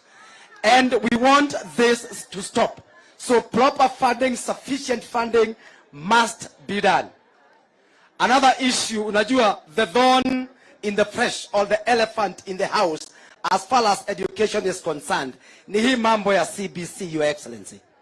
The competency-based curriculum. And we want to say that we are supporting this issue. But there are some few nitty-gritties that need to be looked into. For instance, we are asking your incoming governments in primary schools. I was asking myself 2 questions. A girl in class 6 is about 10 years old. I'm 11 years old. mtoto wako akipita hapo aitwe Maranda High School na ni wa miaka 11, utampeleka kweli? Uwezi kumpeleka. Therefore, we are kindly requesting that these junior secondary schools be domiciled in our primary schools, iwe ya day schools. Si hapo ni sawa sawa? And again, I was also asking myself one question. Why is the current government using public funds to build 3 classrooms in secondary schools and leaving 2 empty classrooms in primary schools? Si hiyo ni waste? Hiyo ni waste. Afadhali wangeongeza moja kwa primary ili junior secondary ziwe hapo. Another issue, Your Excellency, is this issue of the textbook policy. Because initially, during the other regime, schools were being given money. Walimu wanakaa chini, wanachagulia watoto vitabu. Currently, officials wanakaa Jogoo House, wanachagulia watoto vitabu. I mean, it cannot work like that. Because the people who deal with the children are the teachers on the ground. So let money be pumped into schools. Principals and teachers and head teachers will sit down and select books for the pupils. And again, you see, this policy has killed the publishers. This policy has killed the local business. Wale ambao walikuwa na bookshops. Kuna bookshop unaona siku hizi. Hakuna, zilikwisha kabisa. So I think we should refer to the old system. Finally, let me talk now as a trade union. You know, I am a teacher by profession. Unajua bado tunapigana na serikali kidogo hapa. So, we are kindly requesting that the incoming government embarks on massive promotion of teachers. Please talk about the TPDs. Let the government pay for the teachers, professional development of teachers, instead of the other way around, where teachers are paying for their own development. Finally, Your Excellency, as a labor unionist, I want to say this. The current government tried very much to kill the Kenya National Union of Teachers. So we are requesting the current government to protect the labor unions in total. Because this is a requirement in the current constitution. Article 41 guarantees every worker the right to form or join a union of his choice. It also says that a worker is entitled to fair remuneration. And once these issues are looked at, we believe that you're going to move along with you. We are great supporters of the bottom-up economic model. We are great supporters of your aspiration to be the president of this country, and you can't count us in. Thank you. God bless you.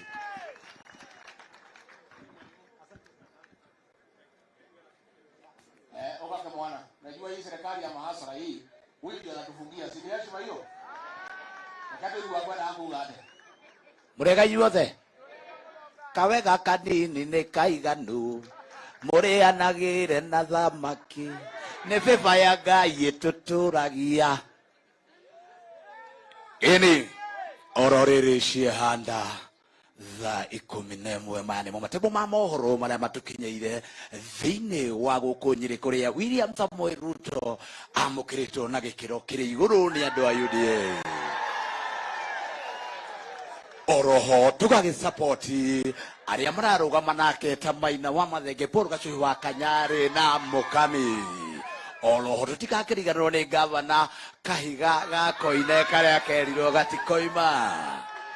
Gagikiuga ni gikiro kiri iguru nie mwenyewe ndugamite haha ni gukorwo mutongoria wa bururi ndaigua ndorereria uria uri kuo riu augite wega tumurorere kimundu kiria tondu ni gikumutuma hegi na oroho niwe uroka agakinyita guoko tugakiuga na gikiro kiri iguru ndemethio na inite rwimbo akauga we tugagwikira na tukuhumbe na tukuihuriririe ni gukorwo we waturuta kandu-ini kandu ngiripotera ceceni-ini haha ndi wa mbere kugeithania na Ruto na nigumenya igakorwo ri page ya mbere thiini wa ngathĩti-inĩ Njitangaĩ kana Mũteti Woma.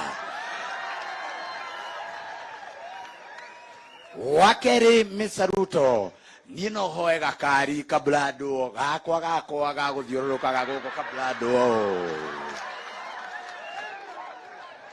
oroho wakeri no jurie tondu nyumite kuria bitemere slums ndire nginya haguthi ku baba ngiripotera haha ndiguku ndiganitie no ria ndamburite na ninjui ni akunjikia kindu muhuko kaundu.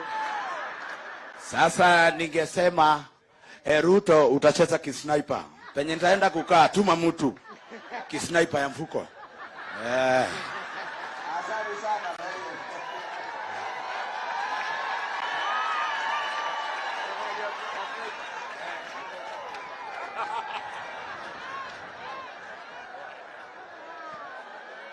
Negwaniwega. Mundu wakaire kwikandea. Mundu wakaire wekandea. Riu nitwathikiriria maundu mathio wega. Ndĩrenda rĩu nĩgetha ikare ta gavana wa Nyeri nĩgetha atuĩkĩre deputy president. Ngatua mũrenda kũigua ũhoro wa niĩ kwega kuuga kaũndũ kamwe. Kwenda kuuga kaũndũ kamwe. Andũ aitũ wega ũrĩ warĩhwo na wĩru. Wega ũrĩhagwo na kĩ? Njamba ĩno nĩyatuĩkire wega. Nĩyatuĩkire wega. Nĩtũkamenyitĩrĩra andũ aitũ. Atibia inyuĩ tondũ mũrĩ atha nyingĩ-rĩ, mũndũ mwandu wa gũkĩrĩrie ngarĩ gũkomeire wothe arĩ mũkomerie. No mũkomerie. Na nĩkĩ tũroya ngarĩ ĩrĩa atũkĩrĩirie ĩtagwo kĩmũndũ kĩu tũkamũkomeria. No mwĩtĩkĩre. No mwĩtĩkĩre. Ndĩrenda kũmũria atĩrĩrĩ. Ithuĩ nĩtũhete mũthamaki gĩtĩo. Maũndũ make mothe marĩa ararehe mbunge nĩtũkũmũhĩtũkĩria. Maũndũ marĩa mothe arenda nĩtũgwĩka. Nĩtũkũmũhe gĩtĩo kĩrĩa kĩagĩrĩire na tũtikamũtengũra. No kaũndũ kamwe tu tũrenda kũmũthaitha ndagatũringĩrĩrie kĩmũndũ kĩu. Hau nĩguo. Na tondũ andũ ake maraugaga nĩagũka atĩ atũgarũre tũthiĩ gwa kĩmũndũ kĩu. No mũgarũrũke. No mũgarũrũke. Oke tũhingũrĩre barabara ya mau. Oke arore wĩra ũrĩa ũtigarĩte. Oke atũrĩkĩrie maũndũ marĩa mekĩte atĩa. Mbeca cia andũ akũrũ iria itarĩhĩtwo ahakikice nĩ cieka atĩa. Tũmaũndũ tuothe tũtigarĩte mĩeri ĩno 5 na thikũ 24. Oke atũrĩke na tũtũũre tũmũhete gĩtĩo na tũtũũre tũmũririkanaga. No angĩũka oke gũkũ gũtwĩra tũthure kĩmũndũ kĩu no tũmũkararie. No tũmũkararie. Ugai no tũmũkararie. No tũmũkararie. Na twamũthaitha president to nĩtũkwendete ma twagũthurire na nĩguo mbura yarĩ nene. Ma ndũgathũkie gĩtĩo gĩaku. Reke ũhurũke twĩna gĩtĩo. Reke tũgakumagaria tũgĩkũinagĩra tũtagũkũria kĩũria. No ũngĩgatũrehera kĩmũndũ kĩu nĩtũgagũkararia. No tũkwenda kũria president witũ gũkũ Nyeri nĩkuo Mwai wa Kĩbakĩ aumĩte. Eke ũrĩa Mwai wa Kĩbakĩ ekire. Mwai wa Kĩbakĩ arutire wĩra mũthenya wa kũinũka wakinya akiumagara ndatwĩrire kũrĩa tũgũikia kura. No mwende Uhuru aikarĩte Mwai wa Kĩbakĩ. Nĩ andũ aigana mangĩenda president witũ arũmĩrĩre Mwai wa Kĩbakĩ. Ũguo nĩguo twamwĩra na twĩna ngatho nake na twĩna gĩtĩo nake na ciake tũtikaria na tũtikamũtengũra na nĩtũkũmũhe gĩtĩo na nĩtũkũmũhoera Ngai retirement yake arore magũkumia amenyerere we mwene na mutumia yake na ciana ciake. No atũtige ndagatũringĩrĩrie kĩmũndũ kĩu. Areke twathurĩre kamwana gaka ka mũthĩni tondũ nĩko tũrenda. Nĩtwaiguithania ũguo. Nĩ hega hau. Nĩ hega. Rĩu ndĩrenda nĩgetha twĩte gavana wa Nyeri agwete ciugo cigana ũna acoke atwĩthĩre deputy president. Andũ makamũhũrĩra thimũ. Alafu rĩu itareta gavana rĩ. Gavana wa nĩmũrenda oke kĩama. Kĩrĩkũ. Ndaraigua kĩrĩkũ. Tarũgama na igũrũ mũmwĩre kĩama kĩrĩa mũrenda. Tamwĩrei. Nĩ araigua. Asante. Na njuge ngĩrĩkia andũ aitũ. Nĩmũkũnyitĩrĩra andũ na kĩama kĩa UDA. Nĩmũkũnyitĩrĩra andũ. Thengio ithuĩ twakena nĩ inyuĩ. Nĩmwaria mĩario mega.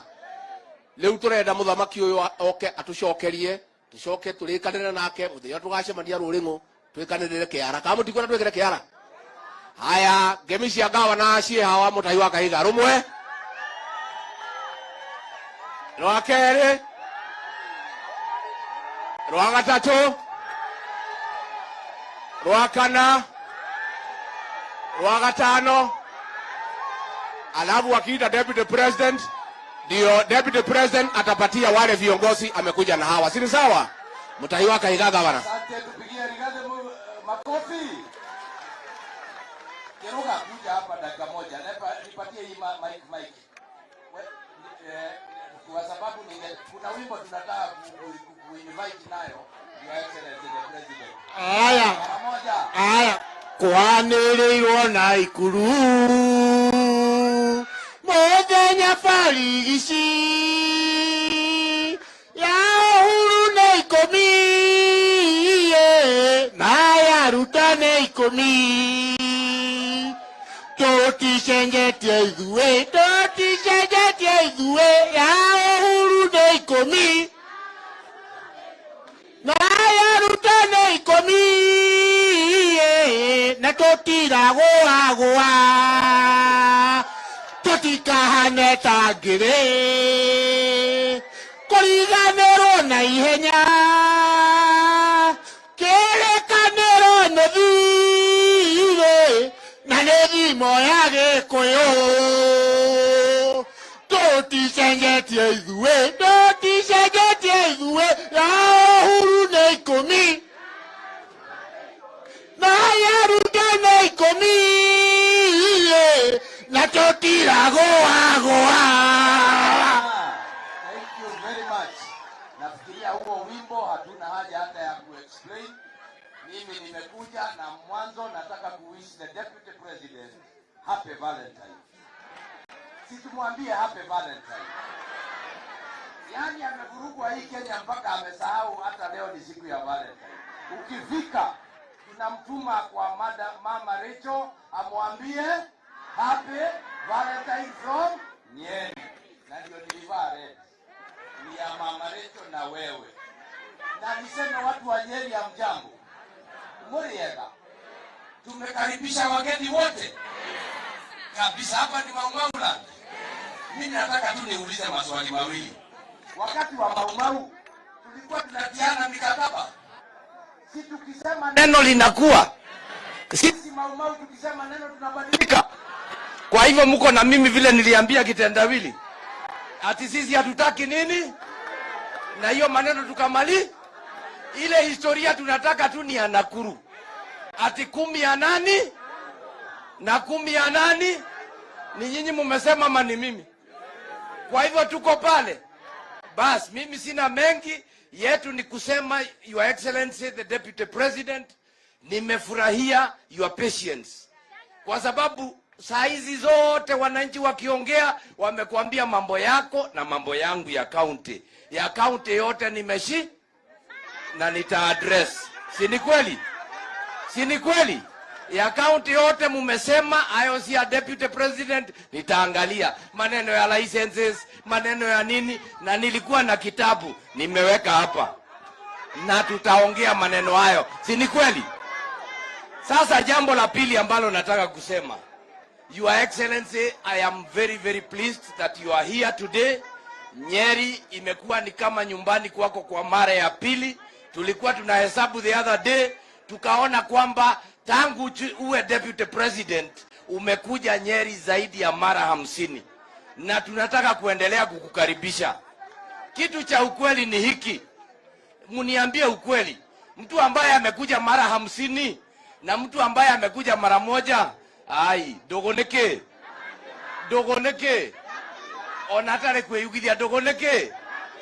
Mnamkaribisha tena na tena aje. Bas, sasa mimi nimesema maneno hayo mengine tunataka tufanye kitu kimoja. We want to make a special invitation to you, Your Excellency. At the end of this month, uje Nyeri kuwe na earthquake ingine. Ama namna gani? Mnaonaje? Si akuje achukue hapa kuwe na earthquake.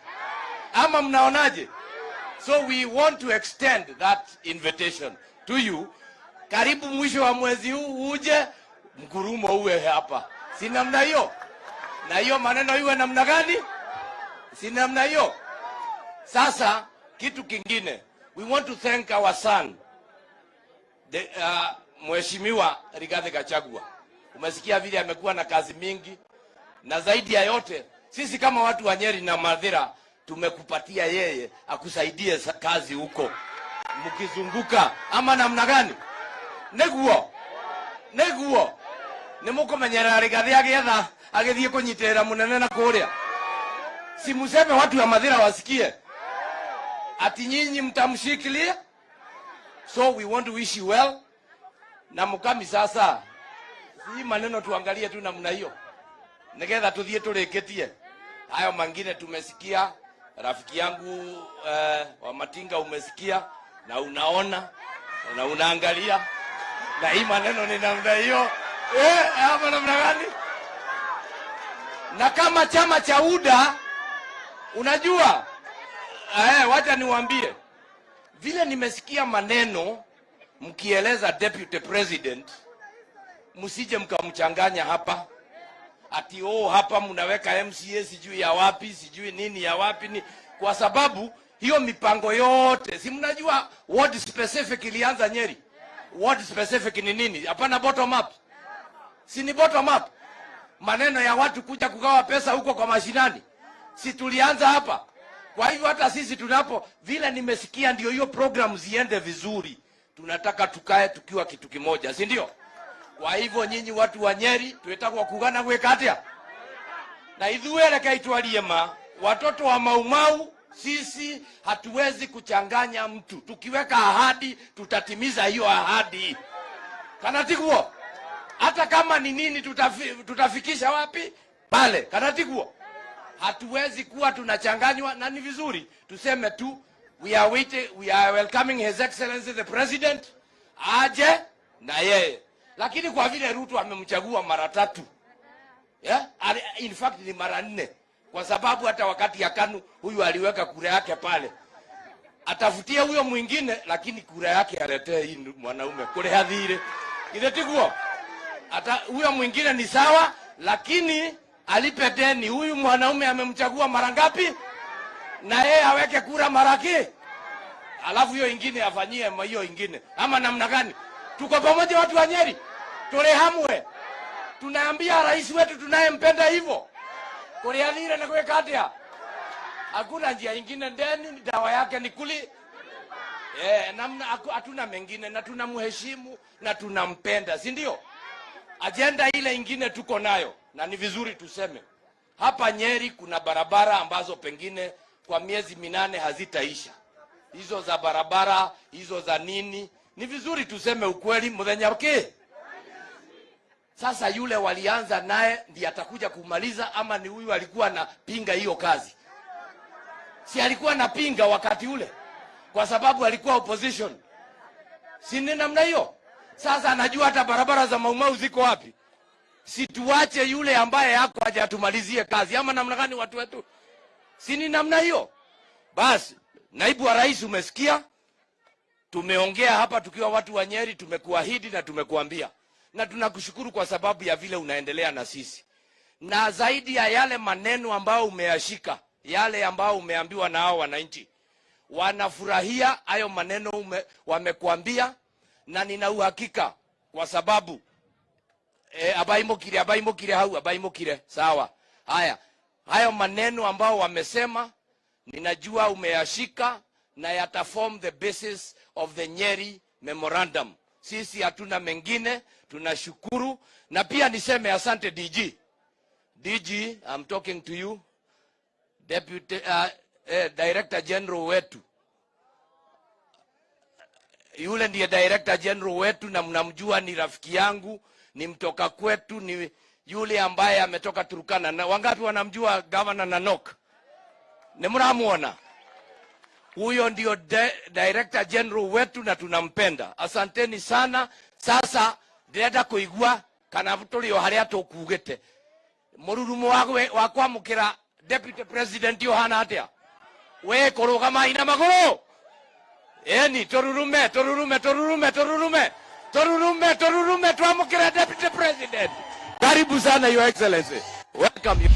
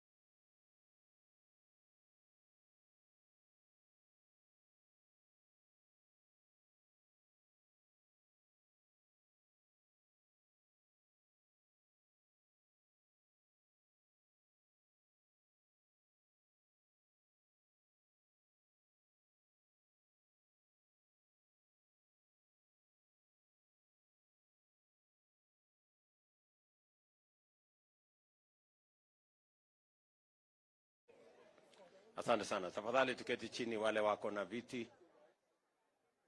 Waheshimiwa viongozi wote, ndugu wananchi wa hapa Nyeri, hamjambo. Ando aito Moriega. Moriega rege. Bwana Yesu asifiwe. Simunisalimie hivyo hewani watu wa Nyeri, asanteni sana. Kwanza mimi nataka nichukue nafasi hii niwashukuru sana kwa kutukaribisha katika kaunti hii ya Nyeri. Nataka nishukuru viongozi wote wakiongozwa na gavana wetu Mheshimiwa Gachagua, Mheshimiwa Mama Rahab Mukami, Mr. Speaker Sir, huyu Mungu na waheshimiwa wale wengine wote pamoja na MCA na wananchi wa hapa kwa kupanga ili leo tuwe na ghafla hii. Pengine watu wengi wanashangaa tumekuja kufanya nini Nyeri siku ya leo. Tumefika hapa leo ni siku ya muhimu sana.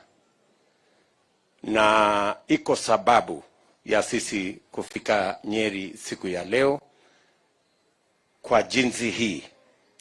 Leo ndio tunaanza safari ya kutengeneza chata ya makubaliano kati ya wananchi wa Kenya na wale watakaoendesha serikali ijayo.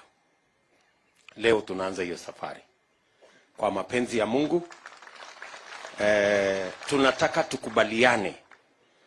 Na tunasema hivi kwa sababu mnakumbuka pale mbeleni, karibu miaka 2 iliyopita, tulikubaliana na tuliwaambia tutabadilisha mjadala katika taifa letu la Kenya. That we are going to change the national conversation in the Republic of Kenya. That the conversation will not now be about leaders and positions and sharing power. That the conversation is going to be about the people, their empowerment, their issues, and the economy. That is what we said about 2 years ago. Many did not take us seriously because hawakuelewa ni nini tunasema. Tulisema tutatengeneza upya foundation ya siasa ya Kenya. Ya kwamba siasa ya taifa letu la Kenya haitakuwa tena mambo ya viongozi na ile vyeo watapata na ile mamlaka watapata, lakini tunataka mjadala wa siasa ya Kenya iwe juu ya wananchi na uchumi wao na mambo yao ama interest zao, ili tuwe na a balanced engagement wewe mwananchi wa Kenya, wakati unaenda kupiga kura, usipige kura bila ya kufikiria, usipige kura kiholela, usipige kura ukifuata mtu mwingine, upige kura ukijua nini katika hiyo kura yako. What are you getting out of your vote? Yule ambaye unampigia kura akipata kiti, wewe unapata nini? Hiyo ndio swali. Tunaelewana? Ndio tunasema hii siasa, hatutaki kufanya hii siasa vile tulikuwa kufanya mbeleni.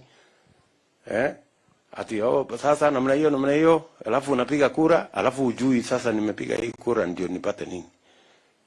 Ndio tunasema tunabadilisha siasa ya taifa letu la Kenya, ili siasa iwe ya muhimu kwa yule ambaye anatafuta kura na ya muhimu kwa yule ambaye anapiga kura.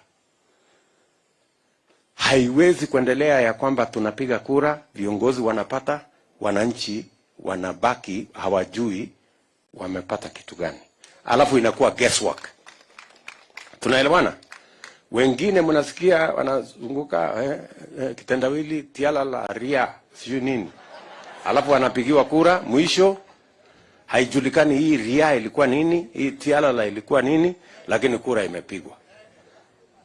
Tunaelewana jameni? So hii ndio safari, na leo vile muleelezwa na Daktari Ndii, leo we are launching formally the public engagement using the bottom-up approach of the charter that will be signed between our party and the people of Kenya as they go to vote. So that we have minimums of what we must deliver when we are a government. And the reason why we are working county by county is because we have county-specific priorities. And we want county-specific priorities to be captured in the county charters that will finally form the national charter that will be signed between the candidate of our party at every level and the electorate in the Republic of Kenya, so that every citizen who goes to vote knows I am voting for 1, 2, 3, 4, 5. These are the deliverables I am expecting from the leader I am choosing. Sijui kama tunaelewana. Tuko pamoja kufikia hapo? Ndio tumekuja kuanza hapa. Na tumekuja kuanza hapa Nyeri kwa sababu hii agenda mumesikia. Pengine kwanza kabla ndio nimalize na karatasi, niko na viongozi, niko na wale experts ambao wananisaidia na kutusaidia kama chama katika hii mpango ya economic developing the economic charter. Niko na watu wa 6 hapa kutoka hiyo committee. Tafadhali wasimame from my office. Tuko na Professor Ndii hapo. Tuko na huyu anaitwa Augustine, Bwana Mukiri. Tuko na Miano. Tuko na mama pale anaitwa Mukiri. Tuko na Governor Nanok. Hawa ndio wananisaidia katika hiyo kazi. Na sisi wengine tumekuja kama part of that team. So, nimesema ya kwamba tumefika hapa vile vile kwa sababu hapa Nyeri ndio rais wa 3 wa Jamhuri ya Kenya ambaye alitusaidia kupeleka Kenya mahali ambapo economic revival ilipatikana, Mheshimiwa Mwai Kibaki. Na tumesema kwa heshima yake na tukifuata katika footsteps yake, tuanze hii safari ya kuanza mjadala na Wakenya na conversation na wale ambao watapiga kura mwaka huu, tuanze hapa katika county ya Nyeri. That is why we are starting it here. Now, Nimeandika katika hii kitabu yangu, imefika nusu yale mambo yote mmesema, na niko hapa na watu ambao wananakili yale mambo yote mmesema, na tumeshapanga tayari. Tulianza hii safari karibu mwaka 1.5 iliyopita, wakati tuliketi chini na viongozi na professionals kutoka hapa Mount Kenya. Tumeketi chini na professionals na viongozi kutoka Coast Province. Tumefanya hivyo katika Western Province, Western counties. Tumefanya hivyo Nyanza counties. Tumefanya hivyo katika Ukambani counties, na sasa tutakamilisha ya Rift Valley counties, because we are determined to change the conversation in our republic, the engagement, the political engagement in our republic, that it is no longer going to be about what leaders get. It is going to be about what every citizen gets when they go to an election. Tunaanza sasa leo hapa, itaenda katika kila county ya Kenya. In the next 60 days, we will have these public engagements in every county in Kenya. And hawa viongozi watarudi hapa hivi karibuni, so that they will have structured, watakuwa wameweka katika structure ya makubaliano ile sasa, ambayo itakuwa charter, ambayo mimi niko tayari na kila mmoja wetu ambaye atasimama katika chama cha UDA to sign charter na wananchi, ili nyinyi mtu saidie ku keep track record. Nikikuja hapa Nyeri, mnatoa charter, mnaniambia my friend, tulikubaliana 1 2 3, 1 2 umefanya, hii ingine 3 4 5 bado, si ndio? Ndio ikue sawa sawa. Na mimi najua tumekuwa na mjadala inayosema, ambaye rais wetu alituambia yake 10 na ya Ruto 10. Lakini mimi sitaki 10 saa hii. Nataka tuandikiane kwanza hii mkataba ya miaka 5. Nikifaulu kwa hii miaka 5 muniongezee. Lakini nikianguka kwa hii miaka 5, mtafute mtu mwingine. Si ni mzuri? Kwa sababu kama mtu hajafanya kazi ile alipatiwa, anaongezewa miaka ya kufanya kitu gani? Sijui kama naelewana. Mimi nataka tufanye hivyo, kwa sababu mimi niko tayari kwa hii mtihani. Kwa sababu mimi najua sitaanguka, lakini unaweza kujuaje? Pengine nikizembea kazini huko, mkuje mtafute mtu mwingine wa kuendesha maneno. Sijui kama tunaelewana. Because lazima tukubaliane, kila kiongozi ambaye anapatiwa nafasi ya uongozi lazima atimize yale mambo wamekubaliana na wananchi. Tumekubaliana? So mimi nataka kwa mapenzi ya Mungu tukubaliane, kwa sababu mimi najiamini ya kwamba mimi ni mtu wa bidii, na mimi naamini ya kwamba yale mambo tutakubaliana, Mungu atatusaidia na tutayatimiza. Sawa sawa? So mimi nataka mkataba kati yangu na nyinyi na Wakenya ya 5 years. Hii 5 years nikishindwa, mtafute mtu mwingine. Nikifaulu, mniongezee miaka ingine 5, alafu mtapata mwingine. Sijui kama naelewana. Nimesikia, wacha tu nitoe in summary yale mambo nimesikia hapa. Yale mambo nimesikia hapa kwa mambo ya, especially mambo yetu ya kilimo, wale wa chai, wale wa avocado, wale wa kahawa, wale wa maziwa, wamesema number 1, tunataka kuongeza productivity. Tunataka yule ambaye anapata maziwa kilo 5, tukifanya mambo tuwe na chakula kwa bei nafuu, huyo wa kilo 5 kwa ng'ombe moja anaweza kufikisha kilo 15 ama hata 20. Si ndio?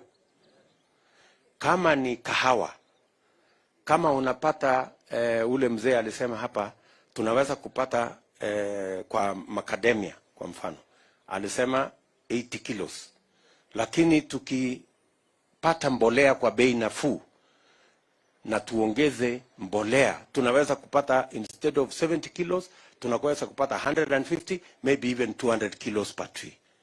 Sindio amesema ule mjamaa hapa? So productivity ndio kitu ya maana. Ni vipi tunaweza kufanya ili mkulima ile mapato anapata saa hizi kwa shamba yake, kwa yule ng'ombe, hata kama the same cow, hata kama ni the same bush, how do we increase the productivity? By making sure one, tuwe na subsidy ya inputs, tusaidie wakulima wapate inputs kwa bei nafuu. Na nyinyi mnajua ya kwamba nilikuwa waziri wa kilimo, hiyo kazi mimi naelewa. Tukipunguza gharama ya mbolea, tukipunguza gharama ya mbegu, tukihakikisha kwamba mko na fingerlings ambayo ni ya kisasa, tukihakikisha kwamba ng'ombe zenu ni zile ziko na grade ya kutosha, tunaweza kuweka pesa mfuko kwa wananchi wakulima wengi. So hiyo jambo la kuhakikisha kwamba inputs ya ile kilimo tunaihakikisha kwamba iko kwa bei nafuu, hiyo ndio hatua yetu ya kwanza. Leo hata wakulima kule mahali pote watanunua mbolea mwaka huu kwa shilingi 6,000 na tulikuwa kwa 2,500, na inawezekana hata tupunguze chini ya 2,500 ndio kila mkulima aweze kuzalisha chakula ya kutosha. Hapo mumesema kwa sectors zote za kilimo mnataka hawa wakulima wapangwe katika vikundi, cooperative ama farmer groups, ili waweze kufikiwa kwa njia rahisi katika mipango ya financing, katika mambo ya marketing, katika mambo ya kusaidika na mikopo, ili kila mkulima aweze kufikiwa na mkopo kwa bei kwa riba ya chini. Saa hizi wakulima wengi wanakopa kutoka mabank, interest ni 22%. Si watu wengi wamesema hapa. Hiyo mambo ya mkopo kwa wakulima, kwa sababu tuko na financial institutions ambazo ni za farmers kama AFC, kama zile zingine zote, there is absolutely no reason. Tulikuwa na mpango ya kuweka pesa ya serikali kwa AFC. AFC saizi wako na karibu bilioni 5 hivi, na ndio wanazumbuka wakipatiana pesa kidogo inaisha. Wakulima katika viwango zote, hakuna sababu hatuwezi kuweka pesa ya kutosha na interest iwe between 3 and 5%.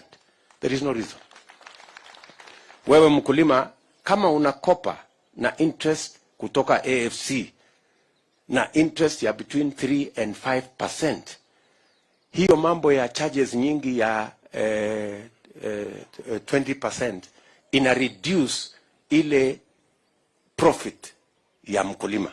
So I want to give you my word that farmers will have access to credit that is affordable. Na farmers wa all, kwa sababu wale wa avocado wanasema financing, wale wa kahawa wanasema financing, wale wote wanasema financing.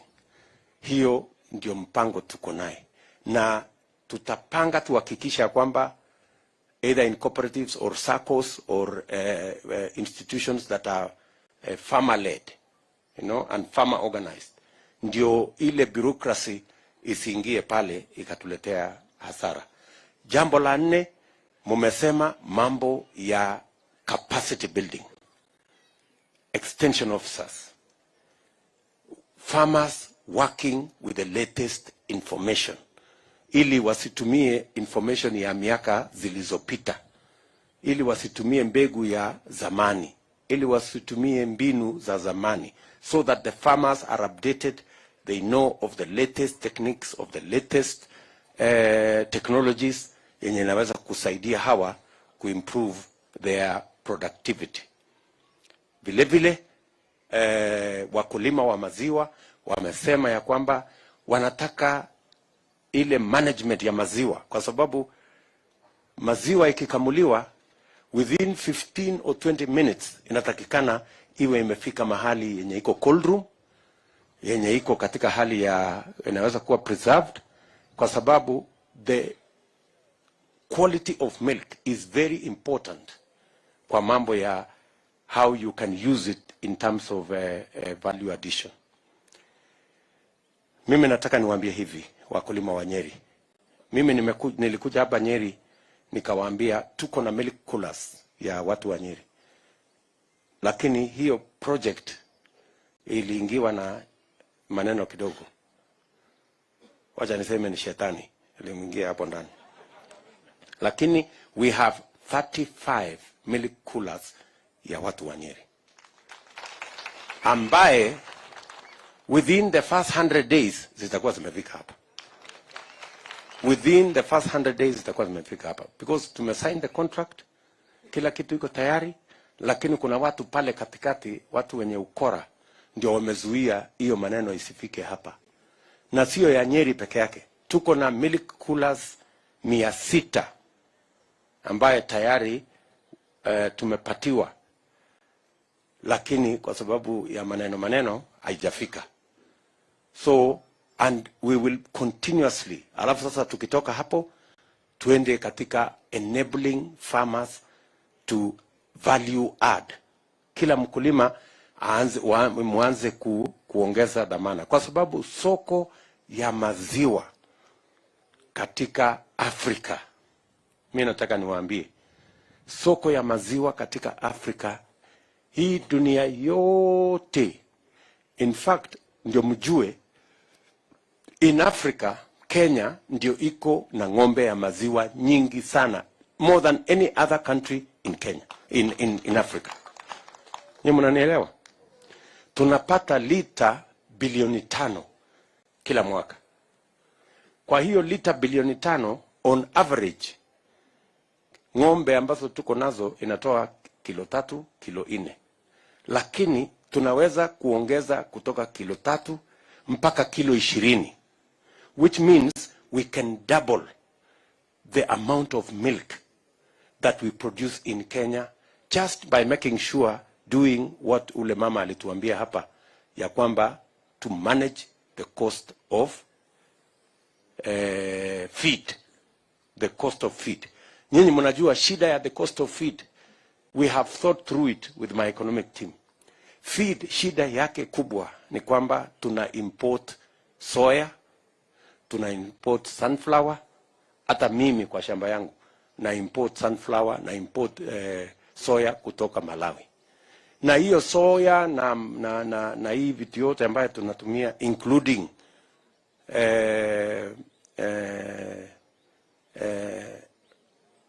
all the other feeds that are used, hata ile ya kuku, tuna import, we can grow in Kenya.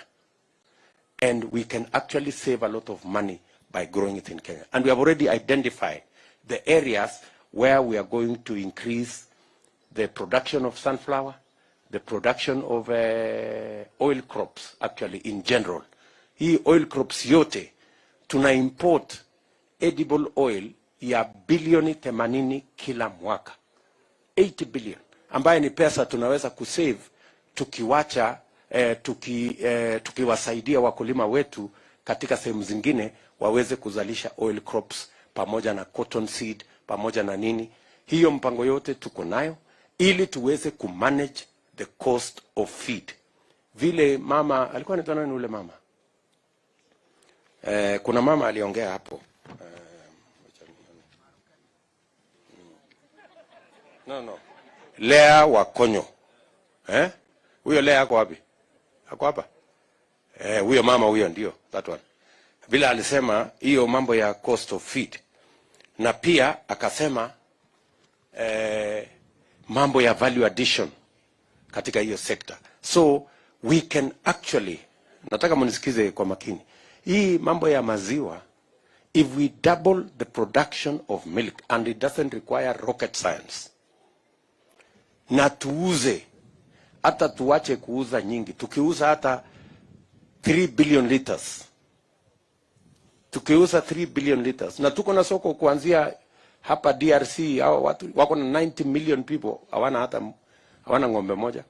Hii DRC watu ya kuimba hii, kina hii watu ya sio kwanda bongoma nani hawa wa kuimba, na wanafunga suruali wanafungia hapa, hiyo watu twende tuwauzie maziwa,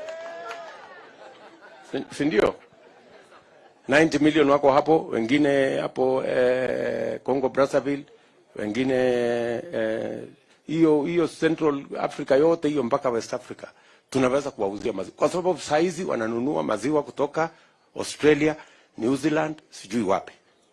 Na hiyo ni soko yetu ya Afrika. Na tuko na mkataba ya yenye inatupatia ruhusa ya kuuzia hawa, inaitwa Africa Continental Free Trade Area, ambayo Kenya ilikuwa number 1 kusign. So we have the mechanism to be able to sell.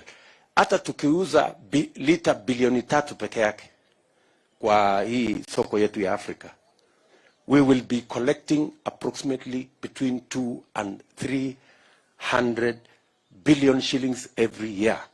In fact, milk will overtake all the exports we have in horticulture, in tea and in coffee, if we just do it right. So wakati mnasikia ule mama Lucy akisema, that is correct.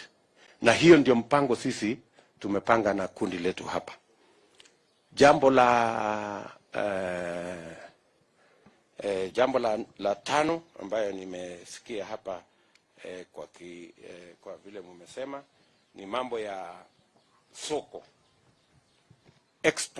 the export market ya macadamia, export market ya avocado.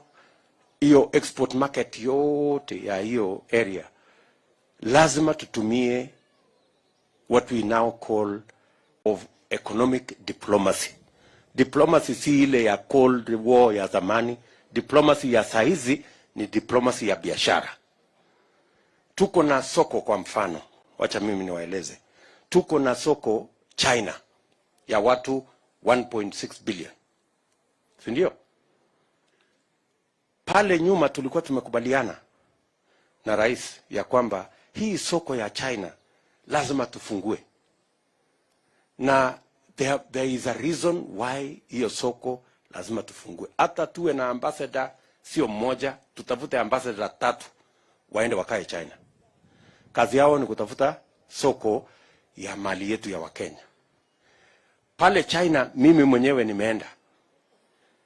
Avocado moja, ile huyu jamaa ndugu yangu alikuwa ananiambia, ule rafiki yangu alikuwa nani, 20 shillings. Ule mtu William Bwana Kidhinji, avocado moja ile Bwana Kidhinji hapa anauza 20 shillings. China hiyo avocado moja ni shilingi 150. Yes.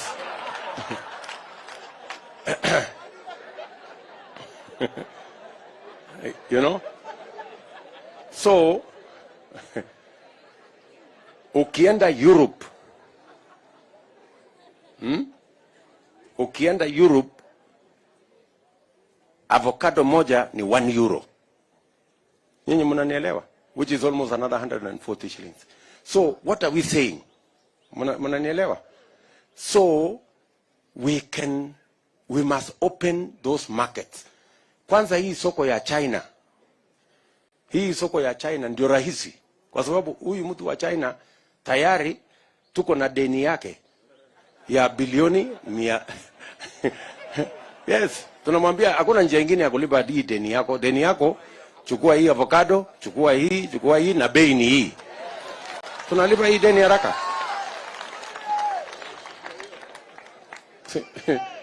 Sina namna hiyo. Kwani makosa iko wapi? Kama mtu anatuuzia chuma yake, sisi tunauzia ile tuko naye. Na tunagawana hapo, biashara inaendelea sawa sawa. Ama namna gani? So we have to do that. Na hawa watu wote ambao that's how to balance trade. Tunaelewana? So kama mtu tuko na deni yake ametusaidia kujenga reli na barabara, tunashukuru. Lakini sasa tunamwambia hata na sisi vile tumechukua yako, chukua yetu hii. Quid pro quo. Yani wale lawyers wanasema, yeah, you scratch my back, I scratch yours. Biashara inakuwa rahisi. Ama namna gani? Yes. So tupange mambo namna hiyo. Vile vile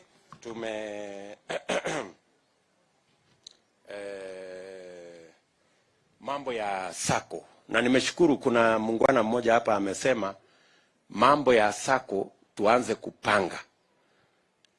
Tumesema tunataka kila mfanyabiashara, hawa wafanyabiashara wote wameongea hapa, wa saloon, wa kinyosi, wa beba, wa matatu, wa bodaboda, wale wa mama wa soko, mmesema juu ya soko ya hapa Karatina, soko ya hapa Nyeri, soko ya kila mahali, soko ya mama mboga. Sisi tayari tumesema hivi. Na hakuna mtu anataka pesa ya bure. Kuna mtu anataka pesa ya bure hapa? Hakuna mtu anataka pesa ya bure. So tumesema kuanzia mwaka huu, kwa mapenzi ya Mungu, hawa watu ambao ni wa soko, kwanza number 1, lazima tupange vile soko inajengwa yenye iko inatosha. Unajenga soko Karatina, unajenga soko the next market, unajenga so that tupate nafasi nyingi ya mahali watu wanafanya biashara. Watu wasifanye biashara barabarani, wasiuze barabarani, wasiuze kwa mahali ambapo hapafai. Tuhakikisha kwamba kuna soko ya kutosha. Mmesikia ati soko moja ikijengwa watu wanakuja kupigania hiyo soko. Na sio ati ni soko ya free, si ni soko inalipwa. Kama watu wanapigania mahali ya kulipwa, si inamaanisha ya kwamba kuna biashara ambayo inatosha. So tujenge soko ya kutosha, number 1. Number 2, tupitishe sheria ambayo inalinda biashara ya kila mtu. Huyu mtu ambaye anauza barabarani ni mfanyabiashara. Na mmesikia wakisema hapa, mtutafutie leseni ya kuuza barabarani. Ili tukichukua hiyo leseni tunaenda naye kukopa naye pesa. So badala ya kupatia yeye leseni ya kuuza barabarani huko kwa hewa, jengea yeye soko mahali ingine, mahali anaweza kufanya hiyo biashara. Na hiyo ndio kazi lazima tufanye. Tunaelewana?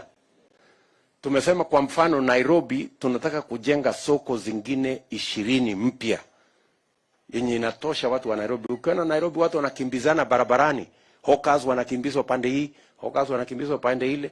Kama tuko na pesa ya kuajiri askari ya kufukuzana na watu, si tumie hiyo soko kujenga soko ndio tuwapatie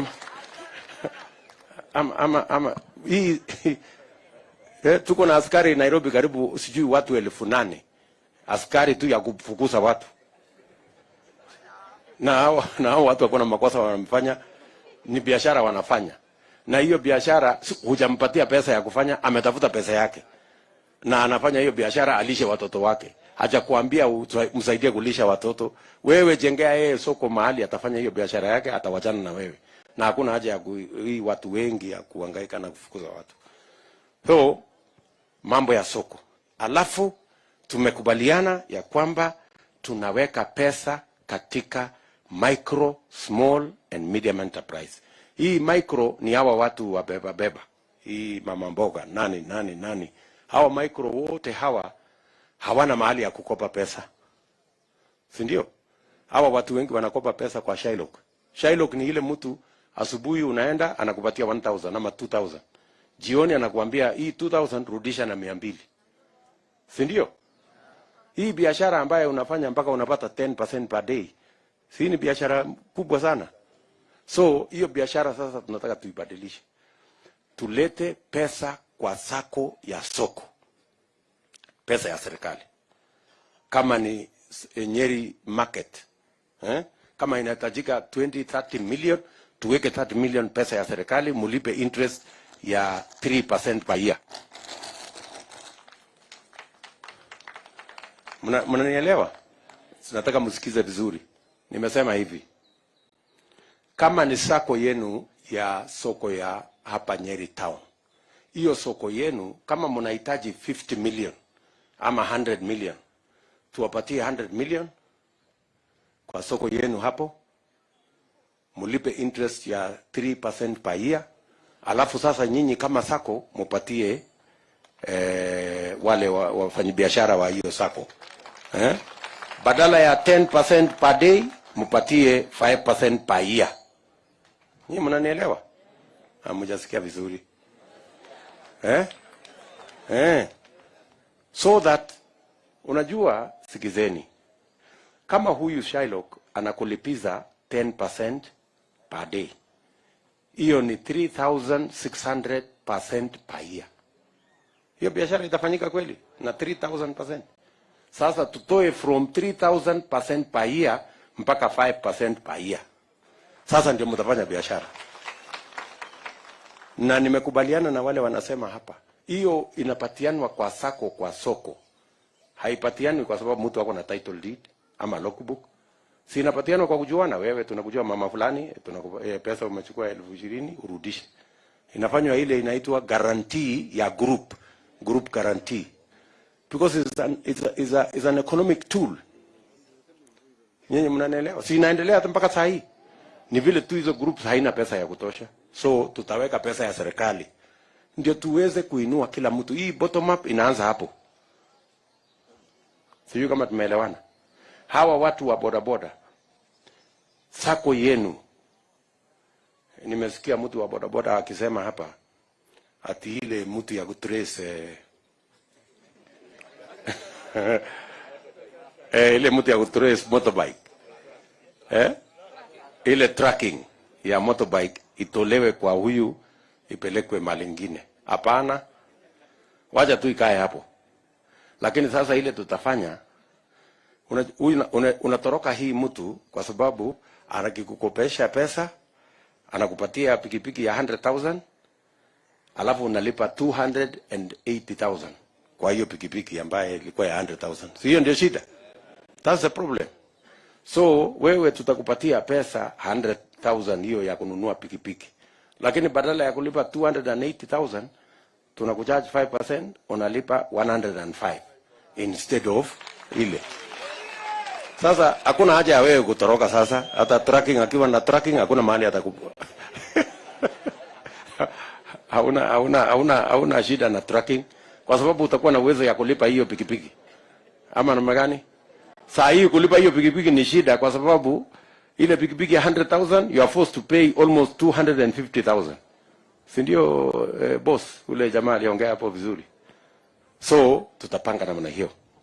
Na hiyo ingine na hiyo ingine na hiyo ingine, financing. So we will sort out this financing problem katika biashara zote. Hakuna vile biashara inaweza kufanyika na interest ya 20%. It doesn't matter what business you're doing. Tunaelewana? So we must make it possible for people to borrow money at rates that are reasonable, and that is our commitment.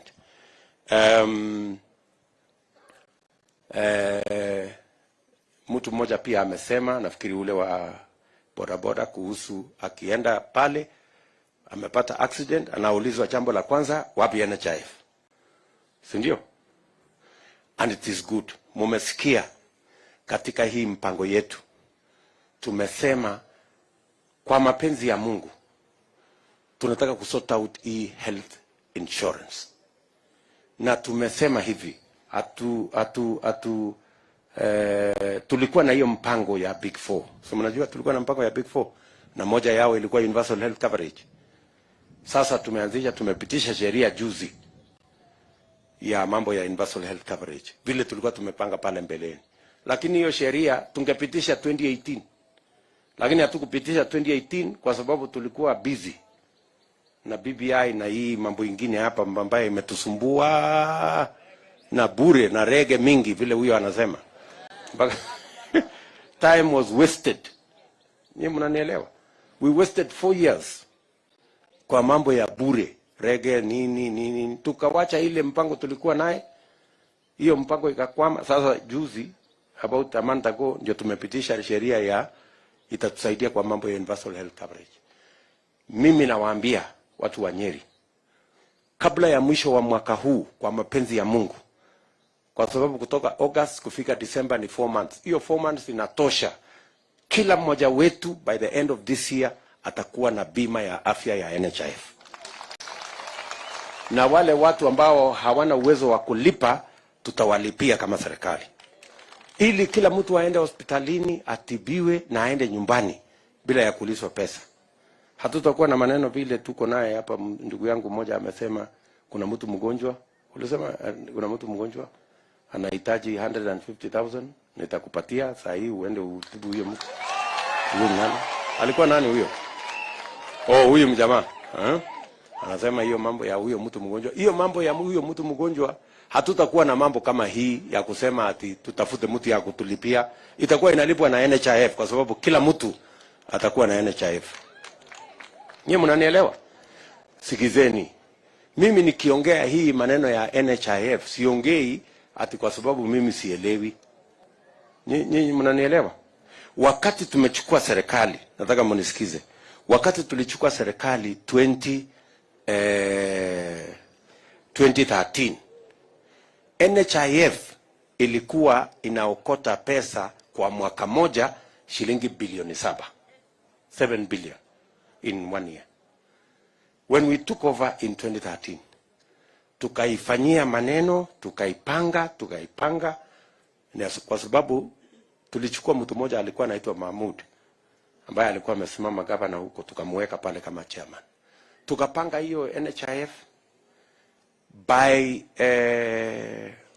2017 mwisho tulikuwa tumefikisha collection, instead of 7 billion tulikuwa tumefikisha 60 billion every year. What did we do? We just changed kidogo. Tukasema kwa sababu tulikuwa tunalipa kila mtu 340, tukasema wacha tufanye graduated. Kama mapato yako ni kubwa ulipe kidogo more than ule yako chini. Nyinyi mnanielewa? Mimi nataka niwaambie, tukibadilisha kidogo the model of contribution, tutaweza kuokota not 60 billion ile tunayokota saa hii.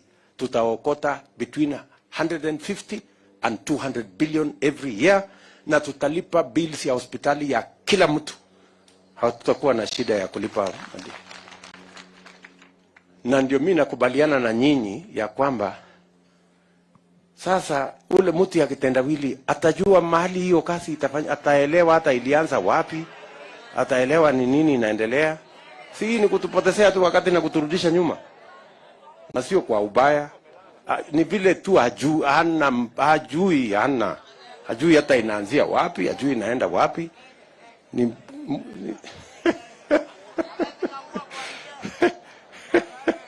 So hatuwezi kubali hiyo maneno. Hii mtu ya maneno huyu mtu tuachane tunaye. Wacha tupange vile Kenya itaenda mbele. Sijui kama tunaelewana. Tuko pamoja watu wa Nyeri?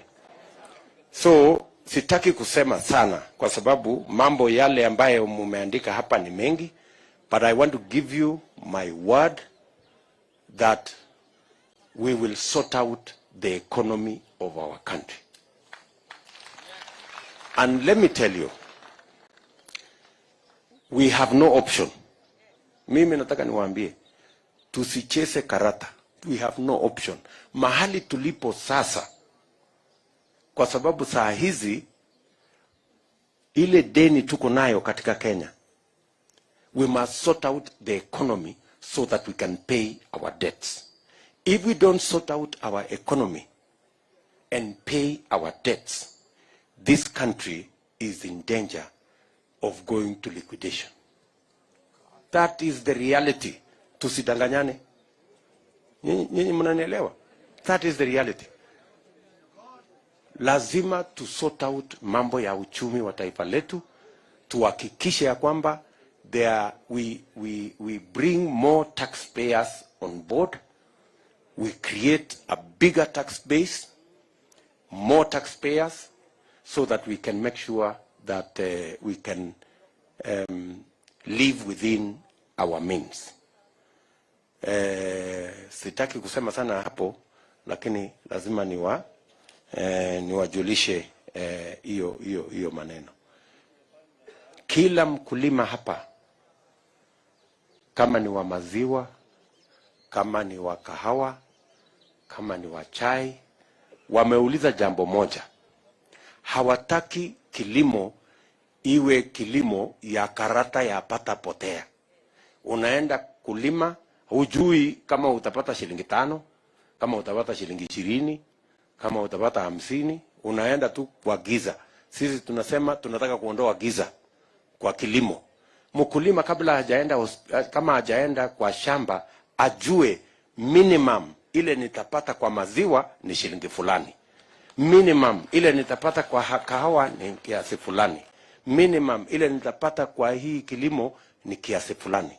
Ndio hata saa ile anakopa pesa, anakopa akipima isipite ile anatarajia kutoka mazao yake.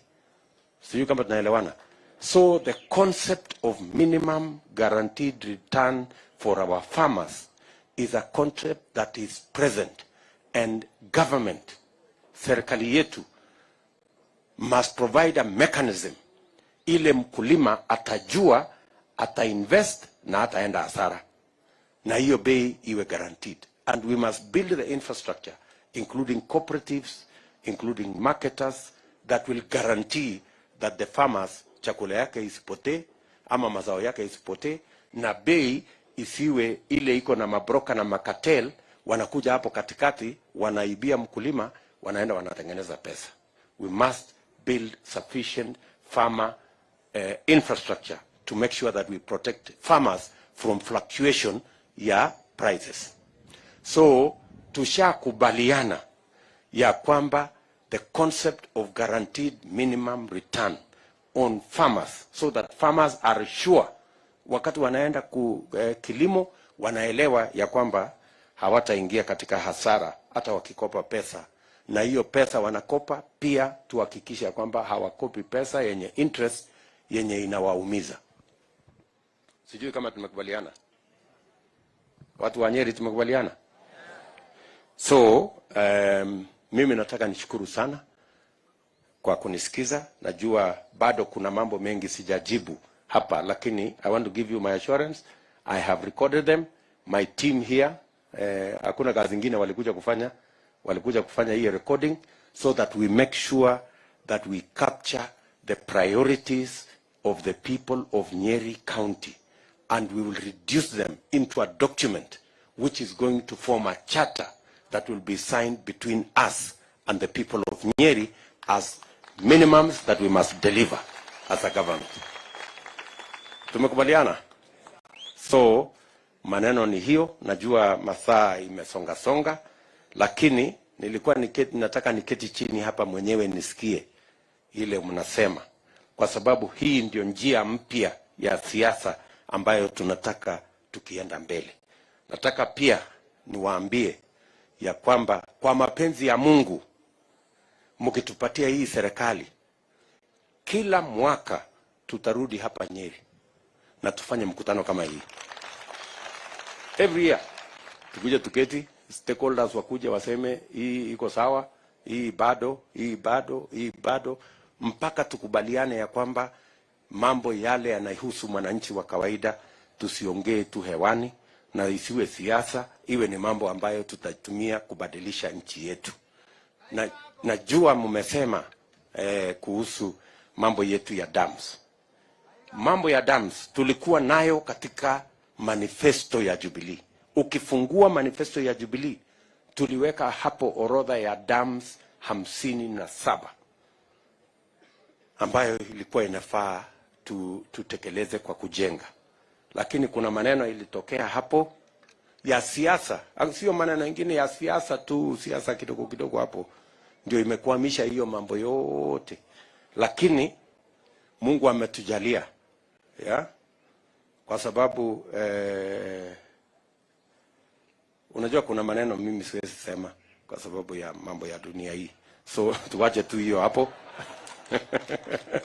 Ni mzuri, Mungu ametupatia uhai na Mungu ametupatia nafasi, na tunajua ya kwamba tutatengeneza hii serikali ya mwaka huu kwa mapenzi ya Mungu, ndio tuweze kutekeleza yale ya muhimu kwa wananchi wa taifa letu la Kenya. wale ambao wanaongozwa na bwana Kitendawili, nilikuwa nawauliza jana, sasa nyinyi mumeshindwa kuendesha upinzani. Upinzani is the easiest thing to run is the opposition. Una criticize, unapiga kelele, nini unaenda nyumbani. Sasa kama nyinyi mmeshindwa kuendesha upinzani, mtajua kweli kuendesha serikali? Mtajua vile ya kupanga mpaka ikue anything. Na sasa nyinyi hamuna track record ya kupanga anything. Hakuna kitu mmepanga ikafanyika. Sasa nyinyi mnatuambia saa hii miaka ndio hiyo karibu inafika huko ikielekea 80. Saa hii ndio mtajua kupanga. Hapa nyuma yote hakuna kitu mmepanga mpaka imetimia. So msijali na hawa. Mimi nawauliza kwa unyenyekevu, tuko na nafasi ya kutengeneza serikali ambayo tutajenga pamoja na Wakenya wote kutoka chini tuende juu. All of us tukiwa pamoja. So mimi nawashukuru sana kwa kunisikiza, na pia nimechukua muda pia kuwasikiza, and that is the listening we are going to do in every county. Na kabla tukisha kuwa na candidate wa rais, na candidate wa governor, na candidate wa MCA, na candidate wa mbunge wa hii chama yetu ya UDA, sasa tutaketi chini, mkataba itakuwa tayari. Sisi wote kama watu ambao tunaomba kura zenu, tutaweka sahihi hiyo mkataba na nyinyi.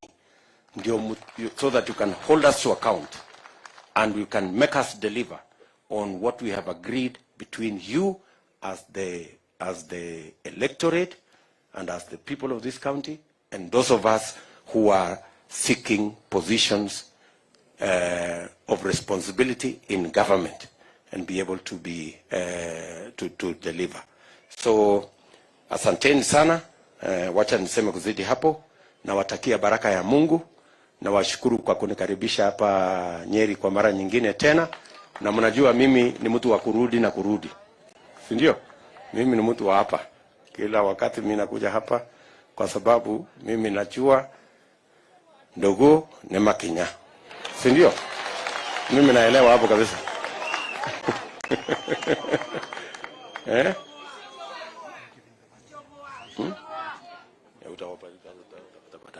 Okay, sasa hapa niko na viongozi wenzangu. Sijui tutafanya namna gani. Tuko hapa na viongozi wengi, nafikiri Mama County. So ukuje usimame hapa, uwapatie kila mmoja 1 minute tu aseme jina na waketi. Oh, wengine wameongea? Okay. Oh, the only few who have not spoken. Okay.